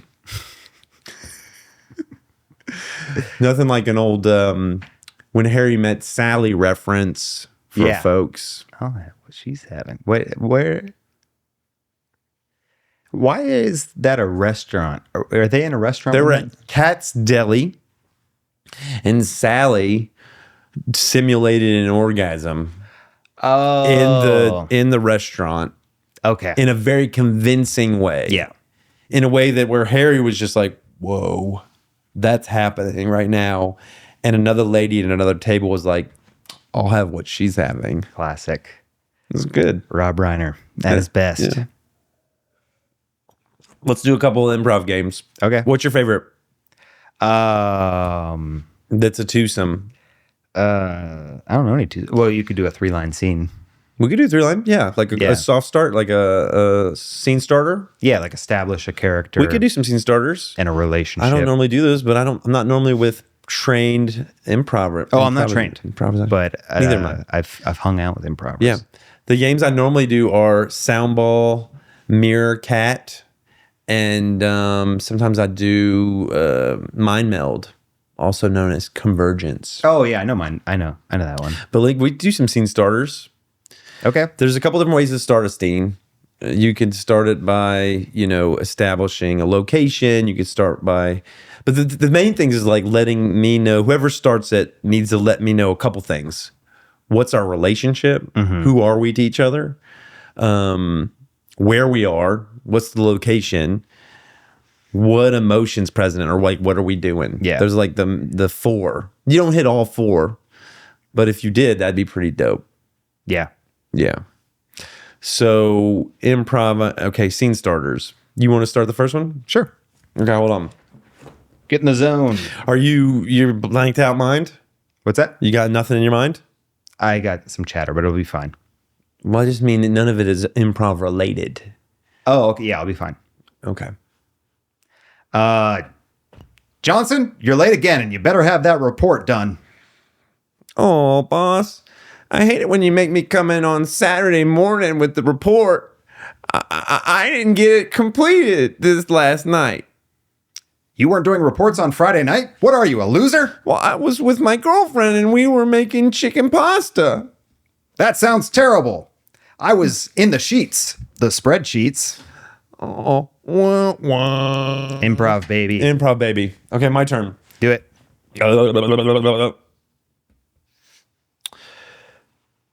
Look, I think what we need to do first is go straight for the vault. You make a big noise and intimidate everybody in the bank.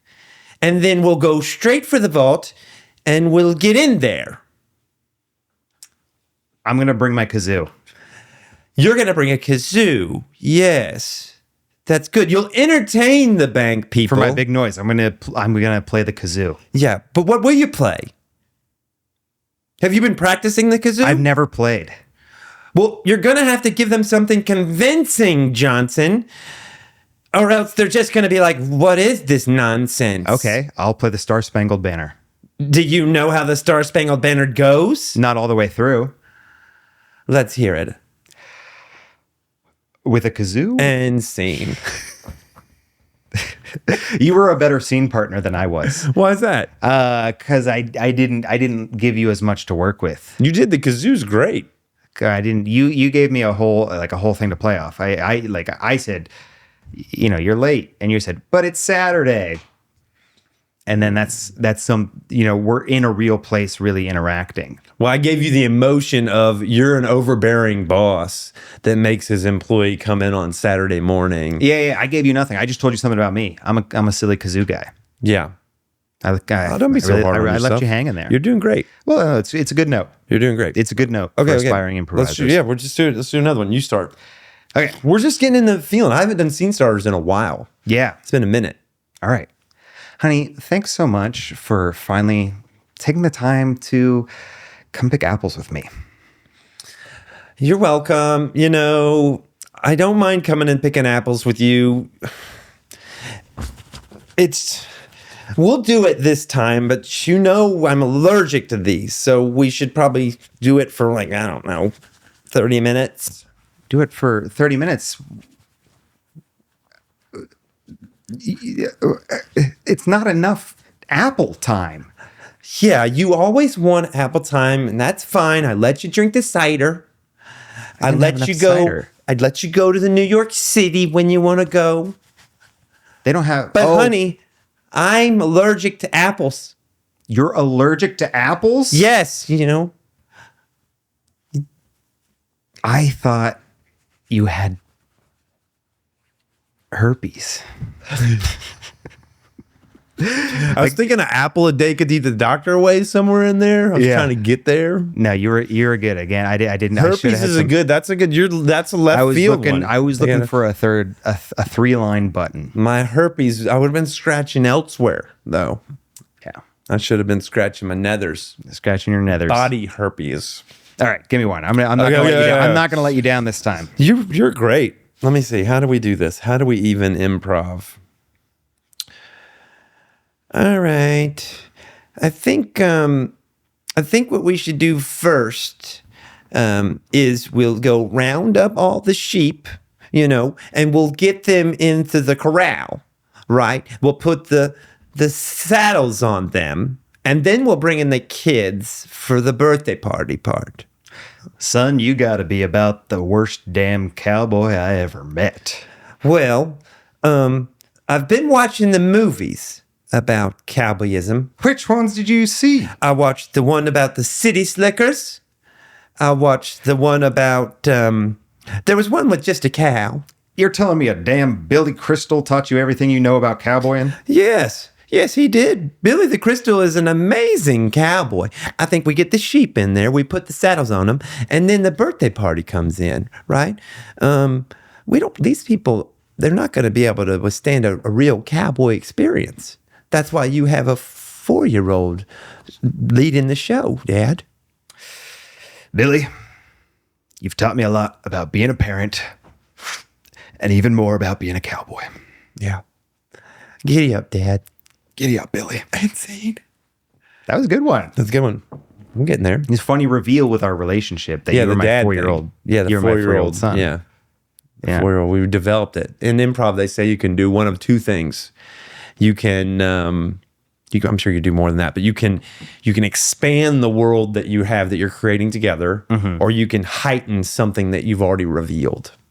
And then I expanded that our relationship was father-son. Yeah.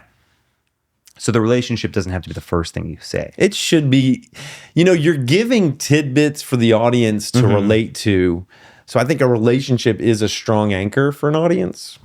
Yeah, for sure. It's a strong anchor. And maybe sometimes you just kind of have like a silly premise. Like, we're bringing in the birthday party, putting saddles on them. Right. And it's like, who are these guys? And then we finally answer, who are these guys? Yeah. I was thinking of those, there's these videos of kids riding, like rodeo riding little goats or like little. Yeah, mutton busting. And that's what I had in my mind. Yeah, that's funny. Mutton busting's it's a funny name and it's a funny concept. Yeah. Of children buckarooing. Putting kids on little, in helmets. That's good. All right, I'll start. Okay. Man, we've been in this refrigerator for a long time. Me being a mayonnaise jar and you being a ketchup jar. I hope that he doesn't put any leftover pizza in here again, because it gets all the aromas mixed up in this refrigerator. I swear to you, mayonnaise, if we get out of here, I'm gonna hold you so close in a toasted bun, and you're never gonna be cold again. Why are you shivering so much? We live in these refrigerator all the time. You haven't acclimated? Was grown in Mexico. I'm not used to the climate. Oh. Well, it's time for you to catch up. That's horrible. That's horrible. Not to nitpick, you negated. Did I know your yum? No. But it's I'm in there shivering. It's like, hey, why are you shivering? Because we're in there. You said we're stuck in this refrigerator. That's true. Sorry for committing to the universe of the bit. Yeah, no, I like that. Shivering. You would shiver in a refrigerator. You would shiver in a refrigerator. Who's to say our condiments aren't cold?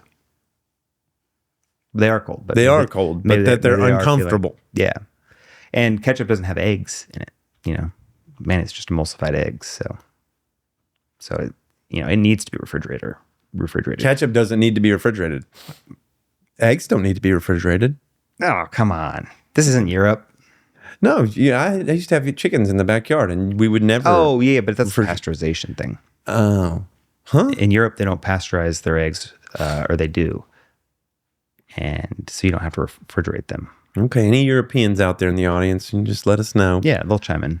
But I do think, I didn't know, do you don't have to put ketchup in the refrigerator? Maybe you should. We're not, if you're coming to us for this type of information, for food handling advice, you're in the wrong place. You're in the wrong podcast, buddy. That's right. Okay, one more time. All right. One more again. Who started that last one? You started it. Okay, your turn. All right. Was that love too? You just tooted? I didn't toot. Oh, I thought I Like flatulated? I thought I heard you just straight up rip a fart. No, I didn't rip nothing. Okay. You grumbled a little bit and I thought it was funny. Okay. You're like, I was like, what is he Yeah, I revving was up being for? a pirate. Can I still do my pirate Yeah, you can scene? still pirate. All right. Arr, there be a storm a brewing. Oh. Squawk is right. Oh boy. Last time we had a storm this bad, I pooped my pants. Oh, that's right. I remember. It was 1762 when we were off the Horn of Africa. Yeah, you pooped your pants real good. Right there on the thing that I scrub, the poop deck. I think we should get a look at your digestive tract, because it was very foul. And that's coming from a parrot. Yes, you always put me down. Oh, foul be a bird, but foul also be. I'm stupid, okay? It's a. I don't catch your double entendre. entendres. I'm a bird. And I have scurvy. Improv, baby. Improv, baby. Pure magic. Y'all, that was for you guys. That's the viral clip right there. You think? No. The pirate one? No. All right. We don't have a lot of time, but I do want to know your life story Oh, okay. in a couple minutes. You were born a black man in Alabama. Sounds like you got the whole thing. Did you that's a reference to? Steve Martin? The Jerk, yeah. The Jerk, I was born a black man in Alabama. Yeah. There's some ironic situation. Yeah, it was irony. You were born in Dallas? Plano, Texas. City of Angels. What happened to you when you was born? I was circumcised shortly after. Really? Probably. That's got to be an abrupt way to come into the world. Like, Yeah. you're born, now we're going to cut off something that's very... Yeah. You know, my brother was in town last week and he was showing me, he uploaded all the family videos he digitized them, was showing me my first day home from the hospital. Uh-huh. And it seemed pretty nice. Your penis? Oh, no, just my general experience. The proximity of that statement after the bris-related statements, I thought you were talking about your genitalia. Yeah. And I was wondering, why did your brother have pictures of your... Anyway. Yeah. So what was your family like when you were born into it? Really nice family. Mom, dad together all the way through. And brothers, sisters? 2 sisters and a brother. Ooh, you're 4. You the baby or the middle? I'm third. Third in. Yeah. What was that like? What was Plano, Texas like? Born in Plano, then we moved to Pennsylvania shortly. Oof. Then we moved back to Plano. And it was... Yeah, we had a very, very structured. You know, if you're digging for trauma, there's not like a big event, but something that shaped me would definitely be, having I think you've said this too, having somewhat of a strict household, or otherwise, very like, this is what the family's doing, and you shouldn't deviate from what the family's doing. Is that dad? Mom and dad both. What did your dad do? He's a finance guy. Finance guy. And mom? She was a nurse, but then she was a stay-at-home mom. Stay-at-home mom. Yeah. When I think of Plano, I think of affluence. Yeah, it's a wealthy suburb. Yeah. And is an affluent family. Y'all were Yeah, you got it. You got rolling in the dough. Not so you much. could have been like an apartment dweller in Plano, but I don't think there were many of those. There were plenty of rental apartments in Plano. But Y'all were affluent. Dad did well. He's in finance. Yeah. That's a lucrative business. Yeah. There's money in it. What was that like? So you'd ever had any scarcity? No, there was no scarcity. No food stuff. You always had. Did you have fancy clothes all the time? No, we were pretty modest, pretty frugal. Mm-hmm. Did you drive fancy cars? No. Y'all used cars. I think I think the big thing was, being able to go on like vacations and stuff. Yeah. Go skiing and snowboarding. Yeah. Went to Italy. But, you know, by and large, you know, my mom and dad both are really frugal, non-showy people. I like that. Yeah, And they invested in experiences, it sounds like. Yeah, for sure. For sure. And just didn't spend unnecessarily or like, you know, just to do it. So yeah, we cooked at home almost every night of the week and brought our lunch. Went to public school. It wasn't like Lifestyles of the Rich and the Famous, but it's like those basic reliable things that you don't realize as a kid how fortunate that is and what an extension of wealth that is until you grow up and learn that not everybody had that stability all the time, and certainly a lot of the world doesn't. There's something that I don't know if it happened, but I like picked up on some nonverbal thing when I asked if your family was affluent. It was like maybe in a facial feature that you had that it was almost like that's not a comfortable topic or... Oh, yeah. It's not a nice or sympathetic thing to say. Like, oh, I grew up rich. People probably have. Because then all the people that didn't grow up rich would be like, oh, I hate that dude. Is that what you're saying? Yeah. I've gotten some responses like that before. Not that I'm advertising, but people will look at my dad on LinkedIn or something, and then be like, well, rich look, kid. You guys, Andrew didn't have any choice. I had no choice but to have a luxurious, pampered lifestyle as a little boy. But he lucked out. What's that called? It's got it's the lottery, the genetic lottery. Yeah. Some people get born to a wealthy household. Some people get born in a poverty home. Some people get somewhere in the middle. Yeah. No one did anything to deserve it. And if, you know, I've got a joke that's related to this. Can I share it with you during your life story? Yeah. It's tough. Okay. It's a tough one. It's more edgy. All right. And I don't know how to do it, but I'm going to just play around with you because I think that all folks that experience SA, is that what people say when someone sex upon you and you don't want it? What's the dog whistle for that? When you get abused, when someone sexes upon you and you don't want to be sexed upon. Harassment? Yeah, but more aggressive. The R word. Yeah, okay. What's the way we can say that and it's okay in this context? Do you know?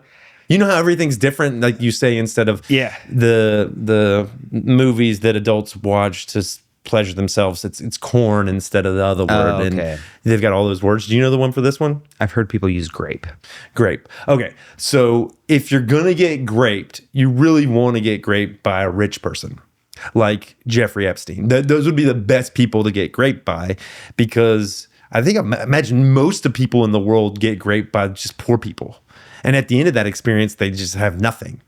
But those people are millionaires now. Like the people that were graped by Jeffrey Epstein are now millionaires. I actually don't think that's fair. I think that all the people that got graped should get their winnings and put it in a big pot. And then that should be shared with all the graped. So that we don't have those getting the grape lottery and getting millions of dollars just because they were graped by someone of affluence. Is there something funny in that? It was funny in kind of like a not funny way when you said that that mostly poor people are doing that crime. Well, it's just because there's more poor people than rich people. There's the 1%. Yeah. It's called the 1% for a reason. You're digging yourself a lot of holes. Imagine saying that on stage, and it's like, and this is coming from my perspective. I don't really like to rock the boat like that. And some people do like to rock the boat, but for the average audience, you're going to have to do something to bring everyone around to it. To the idea of laughing at grape. Something like that. Okay, scrap that one. I probably have It's challenging. It's really hard because like we talked about where you have to circle it back to the level of irony and the truth about yourself in it that gives you agency to talk about it. So you can joke about whatever subject you want, but you're raising the I need to make it level of relevant to difficulty. me. Like, why am I talking about it? How do I disarm it and make me be an okay voice for it? How do I contextualize it? I'm not trying to PC police you here. Right. But how do I contextualize it? And this is going to be true for every joke. How do I contextualize this thing that makes me laugh, make it make sense for everyone to laugh? Okay. Back to your life story. Cool. Back to your lavish life of the rich. The Q, what's his name? The guy who did anyway. You were big, the duck that would swim in the coins. Scrooge McDuck. Which was silly, he was swimming in coins because those would be really hard to swim in. It'd be really hard to swim in. You wouldn't swim in coins. But he's a duck. I would liquefy all that. Anyway, he's a duck. He's a duck. So what was it like? Like did you do like piano lessons? Did your parents have you in a bunch of different type of extracurriculars? Like, yeah, I in elementary school did like team sports, baseball and football. And then in middle school started swimming. And I swam all the way through high school. That's right. Played double bass in the orchestra. Played guitar in the church band. Did a lot of church stuff. Sunday morning, Sunday evening. What kind of church? And Wednesday What kind of evening. religion? Methodist Christianity Is church. that as Methodist? Is that can they dance? They're allowed to dance, yeah. Okay. Yeah, we're pretty loosey-goosey. It's not the footloose religion. No. Methodist is pretty chill Okay, level of Christianity. They can drink. They can dance. They can drink. They can dance. Pretty. You can dance if you chill. want to. You can leave your friends behind. That's right. Because if your friends don't dance and then they don't dance, then they're no friends of mine. Yeah. Okay. So you did. It sounds like music was a big part of your life and sport. Yeah. I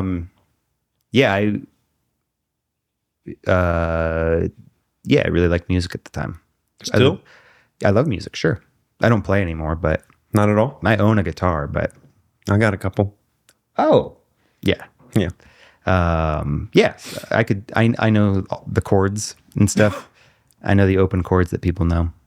But yeah, I think I always wanted to have a creative outlet like that. And so music was the first one that I gravitated to. Did you write songs? I tried. I never actually, I couldn't figure out the structure. Huh. Yeah. Like the verse, chorus thing? Maybe it's more a problem with the melody. The melody. I couldn't make words fit to a melody. Yeah. And couldn't sing and play guitar at the same time. So that was pretty restrictive too. That'd be problematic. Yeah. What was your first job? I taught swim lessons and I also worked in a snow cone stand. A snow cone stand? Yeah. Dang. Yeah. That's the more interesting one. The swim lessons one, it was like 2 hours a week. You get like $20 a week. So the first like punching in, punching out one was the snow cone stand. How old were you? I was 16 to 17. I worked at the snow cone stand. Yeah, that's early. And it was fun. It was like kind of a Lord of the Flies thing where it's like kids left to rule this business. Because the raw materials are relatively cost effective. Like if you were to ruin all of the juice for the day, it'd be like they're we out did. $50-$60 maybe. We did. Yeah. You did. You ruined all the juice. Yeah, I ruined so much stuff. You probably give away cones to your friends. Unlimited Cones for bros. cones for bros. I mean, easy. the raw materials is water, cold water, Yeah. and sugar juice. Well, you got to have it frozen the right way. So the energy could be a little bit much, and you have to get it. It has to be in the shape to go into the. Did you do that? You were part of that process? Yeah, we had to harvest ice. You were an ice harvester. Oh yeah. So not such an easy life after all. I was harvesting ice in the back of Sugar Mountain, and it was very unregulated, like just kind of $6 an hour, not taxed, under the table. But you were probably having as many snow cones as you could drink. Or yeah, one eat. day I worked 9 a.m. to 9 p.m. Oh my by God. myself in this like the whole stand was like the size of the living room. Yeah. Not useful for the viewer, but Right. you can imagine just alone in this stand in the parking lot. I tried every single flavor. Did you have diabetes? Did you leave there that day with diabetes? I didn't catch it, but probably got pretty close. Precursors. Learned I loved coconut. Never would have tried coconut otherwise. Did you do like all the flavors? Anything you could do with a snow cone? Yeah, I definitely did it. How long were you at the snow cone stand? Like a year. A whole year. Yeah. But yeah, it was just people ages 16 to 19. There was a boss that owned it, and sometimes she was around, and that was a lot less fun. But usually it was just kids.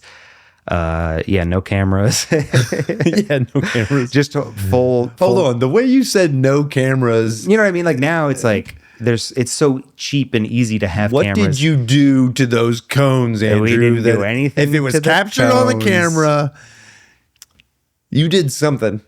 No, but we're just like goofing around, not working. Yeah, you were not working. So it's like it's not like, oh, boss is walking. Well, it's not like you're selling cones all day. I mean, there's going to be a lot of time selling cones all day. You were slinging cones? In the summer, yeah. I bet you were. Yeah, slinging cones. Do you like snow cones to this day? If they're done right. I got opinions on snow cones. Do you really? Oh, yeah. It's about the ice consistency? Or I like a little bit of crunch in mine. If you could get that custardy...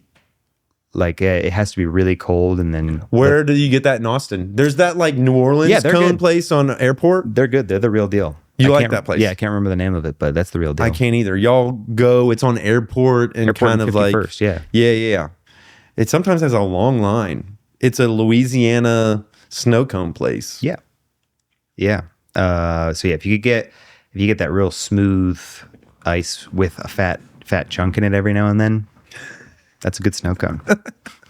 Something about fat chunk is funny. Yeah, got a fat chunk. You got a fat chunk in there. Fat ice chunk. You got some smooth ice with a fat chunk in there. Yeah, maybe a cherry cola flavor. Ayo. Yeah, man. Okay, so balance that off with you didn't have any like childhood trauma? There was none of that for you? It was there were some events. What were they? Like if you thought of like a core wound from your childhood, what would it be? I don't want to say. Well, then don't say it. Yeah. But yeah, I have great parents, but parenting is really hard. Stuff. Parenting is really hard. Parenting is hard. Yeah. I don't think I'm a parent. I've got 2 kids. I don't know many parents that can execute that without leaving scars. Yeah. Because it's just so challenging. And it's good. It's good to have formative experiences. Uh-huh. I have a structure idea that I haven't tried on stage yet, where it's like, trauma, a little bit of trauma is good. Like trauma is just the moment you find out the world doesn't work the way that you thought it did. Right. That's just the premise. It's not funny, but it's like there are moments where you learn that the world doesn't work the way that you think it does, and that shapes you in certain ways. And then you're tasked with figuring that out for yourself. You're expanding. Yeah. And then you have the experience as an adult of seeing your parents as fully human people who are capable of both, flaws and loving you unconditionally. Right. And then you understand the world better if you have, and there's no severe trauma. You know what I mean? It's just like, just parenting stuff. I think trauma will happen regardless. Yeah. If you what is this? Because there's surprise in life, like you said, and it's either like spilling a glass of milk and it falling on the ground, and a parent responding in a way that's like, excited. Could be it, or even you just experiencing it, or all the way up to some very extreme levels of trauma. But I think a child is going to respond and experience that and make it the same level. You know what I'm saying? Like it's going to be as disturbing. Yeah. That's why sometimes it's hard for me. I had my experiences of childhood trauma and I share them, and I feel a lot of guilt because it wasn't as grandiose as somebody else's. There's always someone who has a harder story than mine. But what you realize is all of those are like, we all experienced it. Yeah. And I think in a vacuum, the things that happen to you are like whatever blips from parenting or siblings or whatever would be fine in a vacuum. But then when you have to go interact with the rest of the world and try to apply, like you were saying, the child takes that reaction and documents it as a set in stone rule. Right. And then they have to go reconcile that rule with the rest of the world. And the rest of the world's like, we don't really do stuff like that. Mm-hmm. So that's, I think, where the trauma really sets in, is trying to like fit it in. Or in a world where your defines parents are infallible. Yeah. And so like you're trying to reconcile, the world outside of that family structure is saying like, that's not necessarily the way it is, but you're like, it's got to be that way because I've got this infallible structure. An example, I was maybe 2 summers ago taking a flight out of Austin. We were stuck on the runway for 2 hours, and it was 105-degree day. Mm-hmm. And the woman in the middle seat kept angling my AC nozzle. Your AC nozzle. My AC. So there's 3 AC nozzles. Yeah, I know. I got the one on the far right. I'm in the aisle. She keeps pointing it back over to herself in the middle. And I keep saying, sorry, I'm actually going to keep that pointed on me. And then she turns to her husband. You had to do that more than once? Yeah. She turns to her husband or boyfriend and says, but the person in the middle always gets both. No. It's like, no, that was a rule that your parents gave you so that you and your sibling wouldn't fight about who has to sit in the middle seat. And now you're trying to bring that rule to an adult scenario. And then you're like, oh, my parent, and so that's not capital T trauma, but it's a formative experience. So it's kind of gaslighting. Yeah. You just adopted a rule about how the world works and then tried to apply it as an adult, and it's maladaptive. Right. So if you have the spilled milk experience, milk got knocked over, and dad punches a hole in the drywall. That was not my experience. But right. Just saying, and you learn that as a kid, it's like, oh, okay, my mistakes are unacceptable and so are those of other people. And then you try to apply that rule to the rest of the world. It's maladaptive. Well, yeah, if you go out and play that out. Yeah. If you punch walls when things that are relatively benign happen. Yeah. Yeah, you shouldn't do that. You shouldn't do that. Easy. Unless you're doing a comedy skit, because that is irrational anger. That's irrational anger. It would be great there. So part of that is like, how do you harvest from your childhood experience and your trauma in a way to find comedy? Not directly, or definitely not so intentionally anymore. I told you about that experience of humiliating my parents. I think that's right. I think I was acting out and trying to, punish them for something or other. You know what I mean? Just like I was trying to get back at them from like, I'll show you. I'm not going to do things your way. I'm going to do things my way, and you'll see. And then I realized I was like, I'm picking on people who really loved me and did the best they could for me. Well, and then were they funny jokes? Not to me now. And like, no, but the audience, did the audience find them funny? Yeah, they had worked in certain, you know what I mean? I was so new to comedy at that time. It's hard for me to say like, yeah, it was good. And no, they weren't great. I had done well with those jokes. Mm-hmm. But the juice wasn't worth the squeeze. Juice wasn't worth the squeeze. There we go. Yeah, I think that's a good way of putting it. It wasn't wrong context for that. You know what I mean? It's like when you do a joke at the expense of someone else or some group of people, it's like maybe there are appropriate contexts for that, or a context where it's like, all right, well, we're not gonna have to deal with the consequences right now. But I had to look the subjects of the joke in the face and say it to them, and then deal with the consequences immediately after the show. And that's probably why I'm a little bit more like, I don't want to make people upset, because it's really easy to do. You don't always hear back from them as immediately as I did, but it's really easy to bum people out with comedy. Yeah. Yeah. Tell me about this juice is worth the squeeze thing. Yeah. It's, comedy is, it's just kind of logistics. You have to do it to get better at it. Mm-hmm. It mostly takes place, it only takes place in the evening. It usually takes place late into the evening. What time? I mean, it depends. You might, if you do the 8:00 open mic at Cap City, that's why that's a good one to do. It's you'll be out by 10. Okay, if cool. you're last, you'll be out by 10. Cool. But when I was really like young and in Austin and grinding and doing 3 open mics a night, I would stay at, Mr. Tramps on 183, a terrible bar, fine bar on 183. You hear that, Mr. Tramps? By the Target.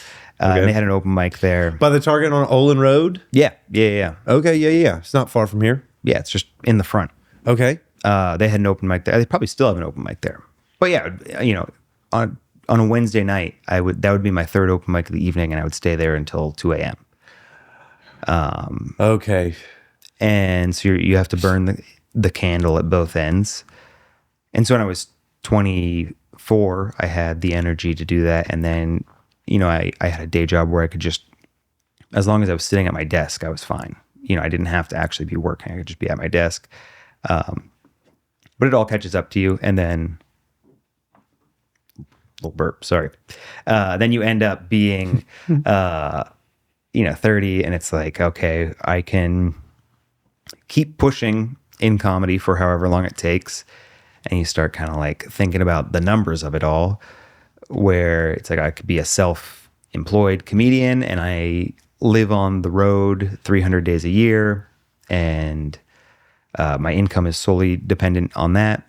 What about writing? You wanted to write a show. Yeah. Were you doing writing? Because isn't that one angle for folks is writing? Yeah, that's not easy either. And it's not like it should be easy, but it's just like, then there are angles to do for that. Like you pretty much have to move to Los Angeles, and the pandemic, that was more of an option for me. And then the pandemic happened. You got to go to LA. Yeah, I think I had some good momentum in comedy, leading up to the pandemic, and the pandemic happened. Crushed you. Didn't crush me, but it's like you spend 15 months doing other things. I spent the whole like lockdown portion of it living with my parents in Dallas and reconnecting and like kind of reevaluating priorities and what I want out of life. And, if everything got taken away all at once, would I regret it more if I had, spent more time trying to be a comedian? Because we did have that experience where for a moment it's like, oh shit, the world could end or never be the same as we know it. And then it's like, if everything just vanished at once, I would hope to have put more effort into,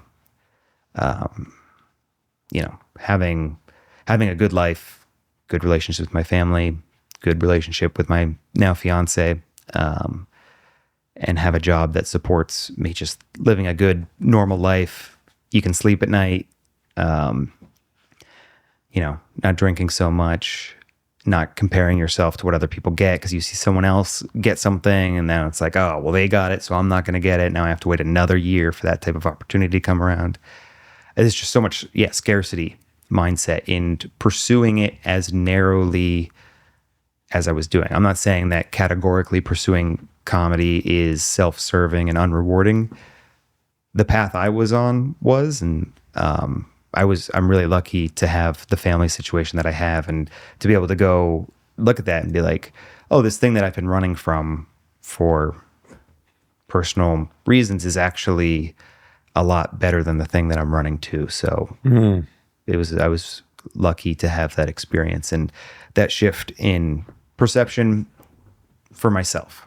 NDE. What's that? An NDE, a near-death experience. Oh, really? Well, you didn't have a near-death experience, but you contemplated death. Yeah, a world-changing moment. Yeah. That probably, it was a really deadly time. You thought you could lose family members or you could lose, like this world could change in a fundamental way. And you're like, how do I want to spend my time on Earth? If the world were going to end tomorrow, would I want to be at the Mr. Tramps open mic, or would I want to know that I can call my family and say, okay, the asteroid's going to be here at, whatever time, let's all meet up in Waco and go out together. Love each other, yeah. Yeah, I think that's what we'd do. You'd want to go out together. I'd want to, I love that. Yeah, I do too. I also think about a company. a business opportunity. We could do it together if you want. Okay. We'll provide near-death experiences to people. That's a good idea. Because they're so healthy. Uh-huh. But what we want to make sure is no one gets the full death experience. Mm-hmm. They'd have to pay a lot extra for that. Yeah. I love it. How much? Would they pay? Oh, I'm saying for me, I'll take another one. How much do you want to get? Oh, you want to, how much to provide it for you? Yeah. I don't know. I got to think through this. There's probably going to need to have a doctor on staff. Insurance is going to be a nightmare. I don't think insurance is going to pay. This is going to be out of network. Because I'm taking you to the precipice of death. It's the precipice of life. We could just tell people. And then I'm pulling you back. Hey, that mole looks pretty weird. Oh, you need and just hope gaslight, it sends them. Yeah, gaslight, just hope it sends them spiraling. I don't know. I was thinking we'd be like car crash. Like we pay a stuntman to like crash then to them, but then have real good medical support on the other side. Oh, absolutely. On the other side is what we'll call it too. On the other side. There you go. So now you do it casually? Yeah, somewhere in between. You know, like somehow the less pressure I put on it, the better the outcomes are. You know, I start to get some of the things that I wanted when I was, you know, pursuing it in a different way. Some of that is just kind of like the momentum of, you know, you build up a certain amount of experience that you don't lose, even if I'm not as sharp as I was before. But like, yeah, so some of that's just the momentum rolling. Some of it's just like, okay, I can relax and have fun on stage. And then when opportunities come up, and not big opportunities, but, you know, opportunities to do stuff more locally. Yeah. Yeah, I do it for fun. What are the stages for this for you? Or what was it like for you? You told me that the Velveeta room was like it's open mic. Yeah. And you do those, you're just doing those all the time? Most of the time. And then there's like local shows. The next level is... Yeah, your friend, someone you know from the open mics, runs a booked show at, you know, they have one at, the longest running one I think in Austin is on Buzzmill on Wednesdays. Okay. So someone books you on something like that. Do they pay you for that? Yeah. Sometimes you get, you know, 2 drink tickets and $10 to $50. Okay. Yeah. So that's sometimes the next level. That's the next level. Yeah. You graduated from open mics when someone invites you. And you do an 8-minute to 12-minute spot. 8 to 12 minutes. Yeah. So you graduated from 3 to 5 to 8 to 12. Yeah. And then what happens next? Then you could do that for forever. Forever. Yeah, you could develop now you would probably develop an online following and personality that allows you to expand where you perform and how long you perform for. Mm-hmm. So you kind of move up. But if you're going to go like the classic comedy club ranks, there's hosting at the comedy club. You're the MC for the evening, and you bring up all the acts. And sometimes it's a one-nighter at the club. But so basically, you do like the Cap City open mic or the Velveeta Room open mic enough times that the manager says, hey, this kid's pretty good. Let's give him a shot hosting one weekend. Mm. And then you host that weekend, and maybe you do that for a year or 2 years. So hosting is like the next step. Yeah, and then after that, you could be a feature. Because you're doing a bunch of 3 minutes in between? No, you do a 10-minute set up top, and then you introduce the feature act, and then you introduce the headlining act. Okay. And the feature is either a local person or somebody who's like touring around trying to reach the headliner status. You're hosting for the touring acts and stuff those nights, not an open mic. Okay. Yeah, and so then the feature comes up, and maybe they're a local. Cap City's really good about booking local people to feature, mm-hmm. and so there's some more of those opportunities here. But some people will just travel the world. Not travel the world, travel the country, being a middle act at a comedy club. And mm-hmm. that's 15 to 30 minutes. You probably make like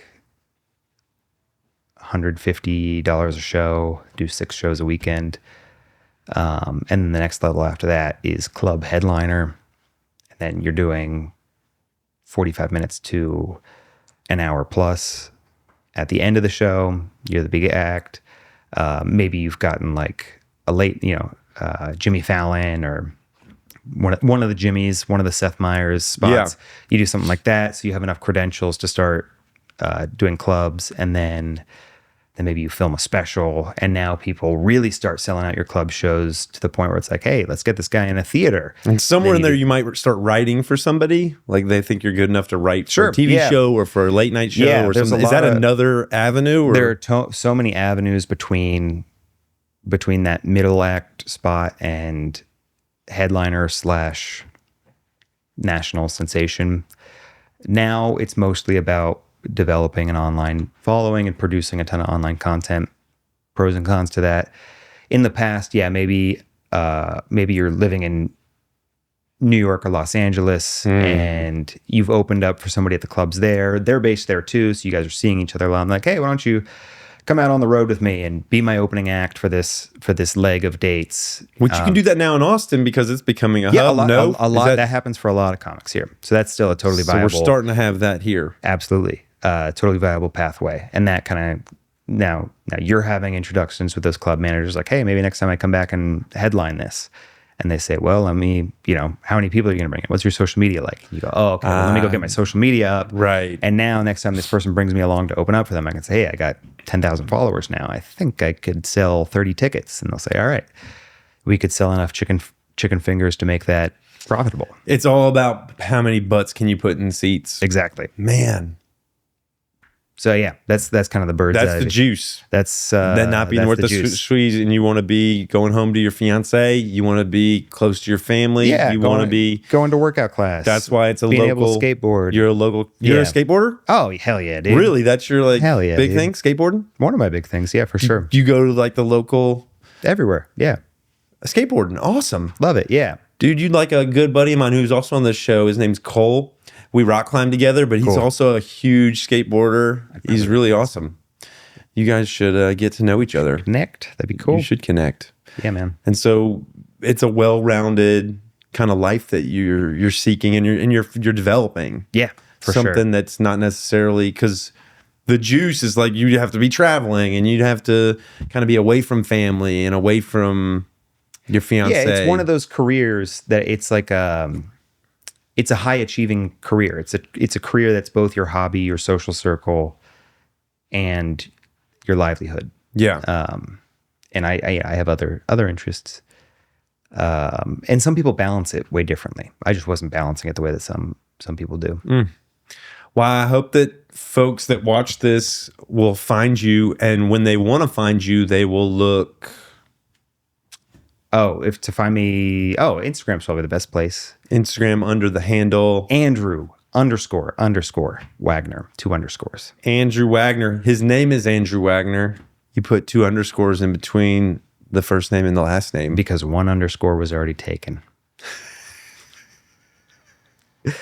So if you put Andrew _ Wagner, I'll probably still come up by you could probably give that a shot. Just the second one down. Yeah. But he's Andrew _ Wagner. I'm also going to put all of his social media links in the description to this video.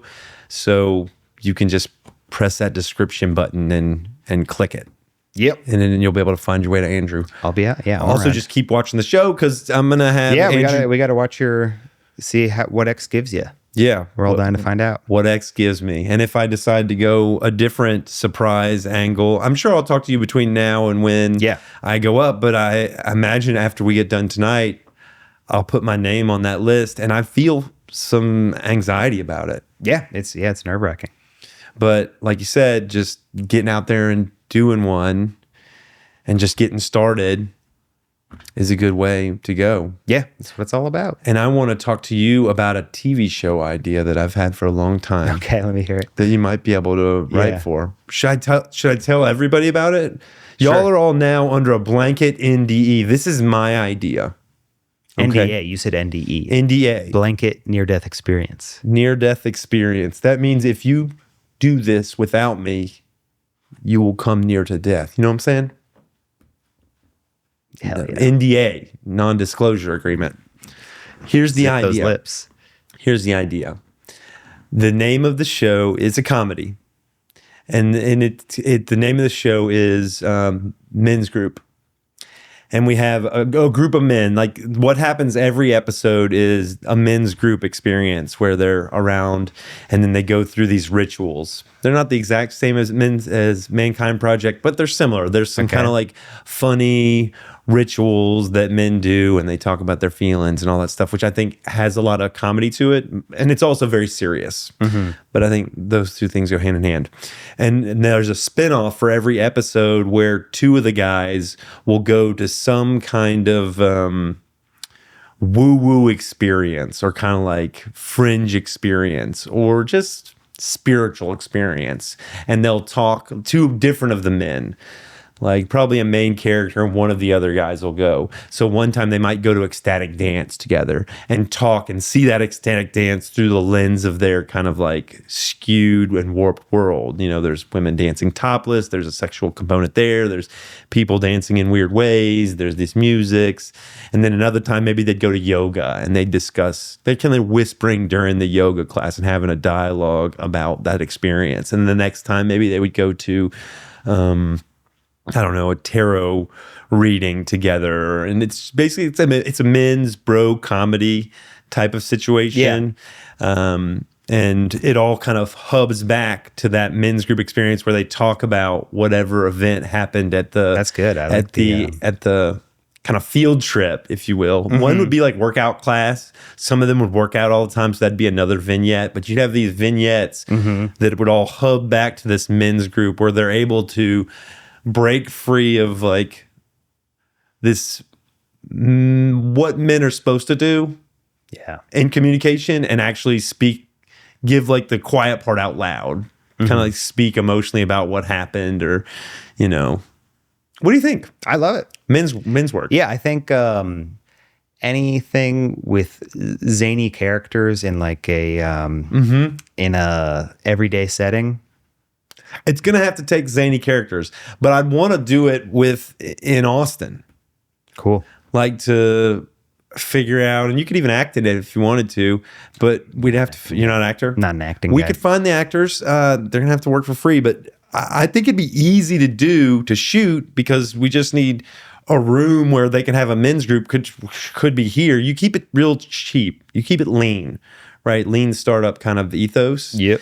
And then, you know, but it would take some writing and some scripting, which is where I thought maybe if you were excited about doing that, writing some jokes for that type of thing. What would these goofballs say at a yoga studio? Or what would these goofballs say at, you know, an ecstatic dance?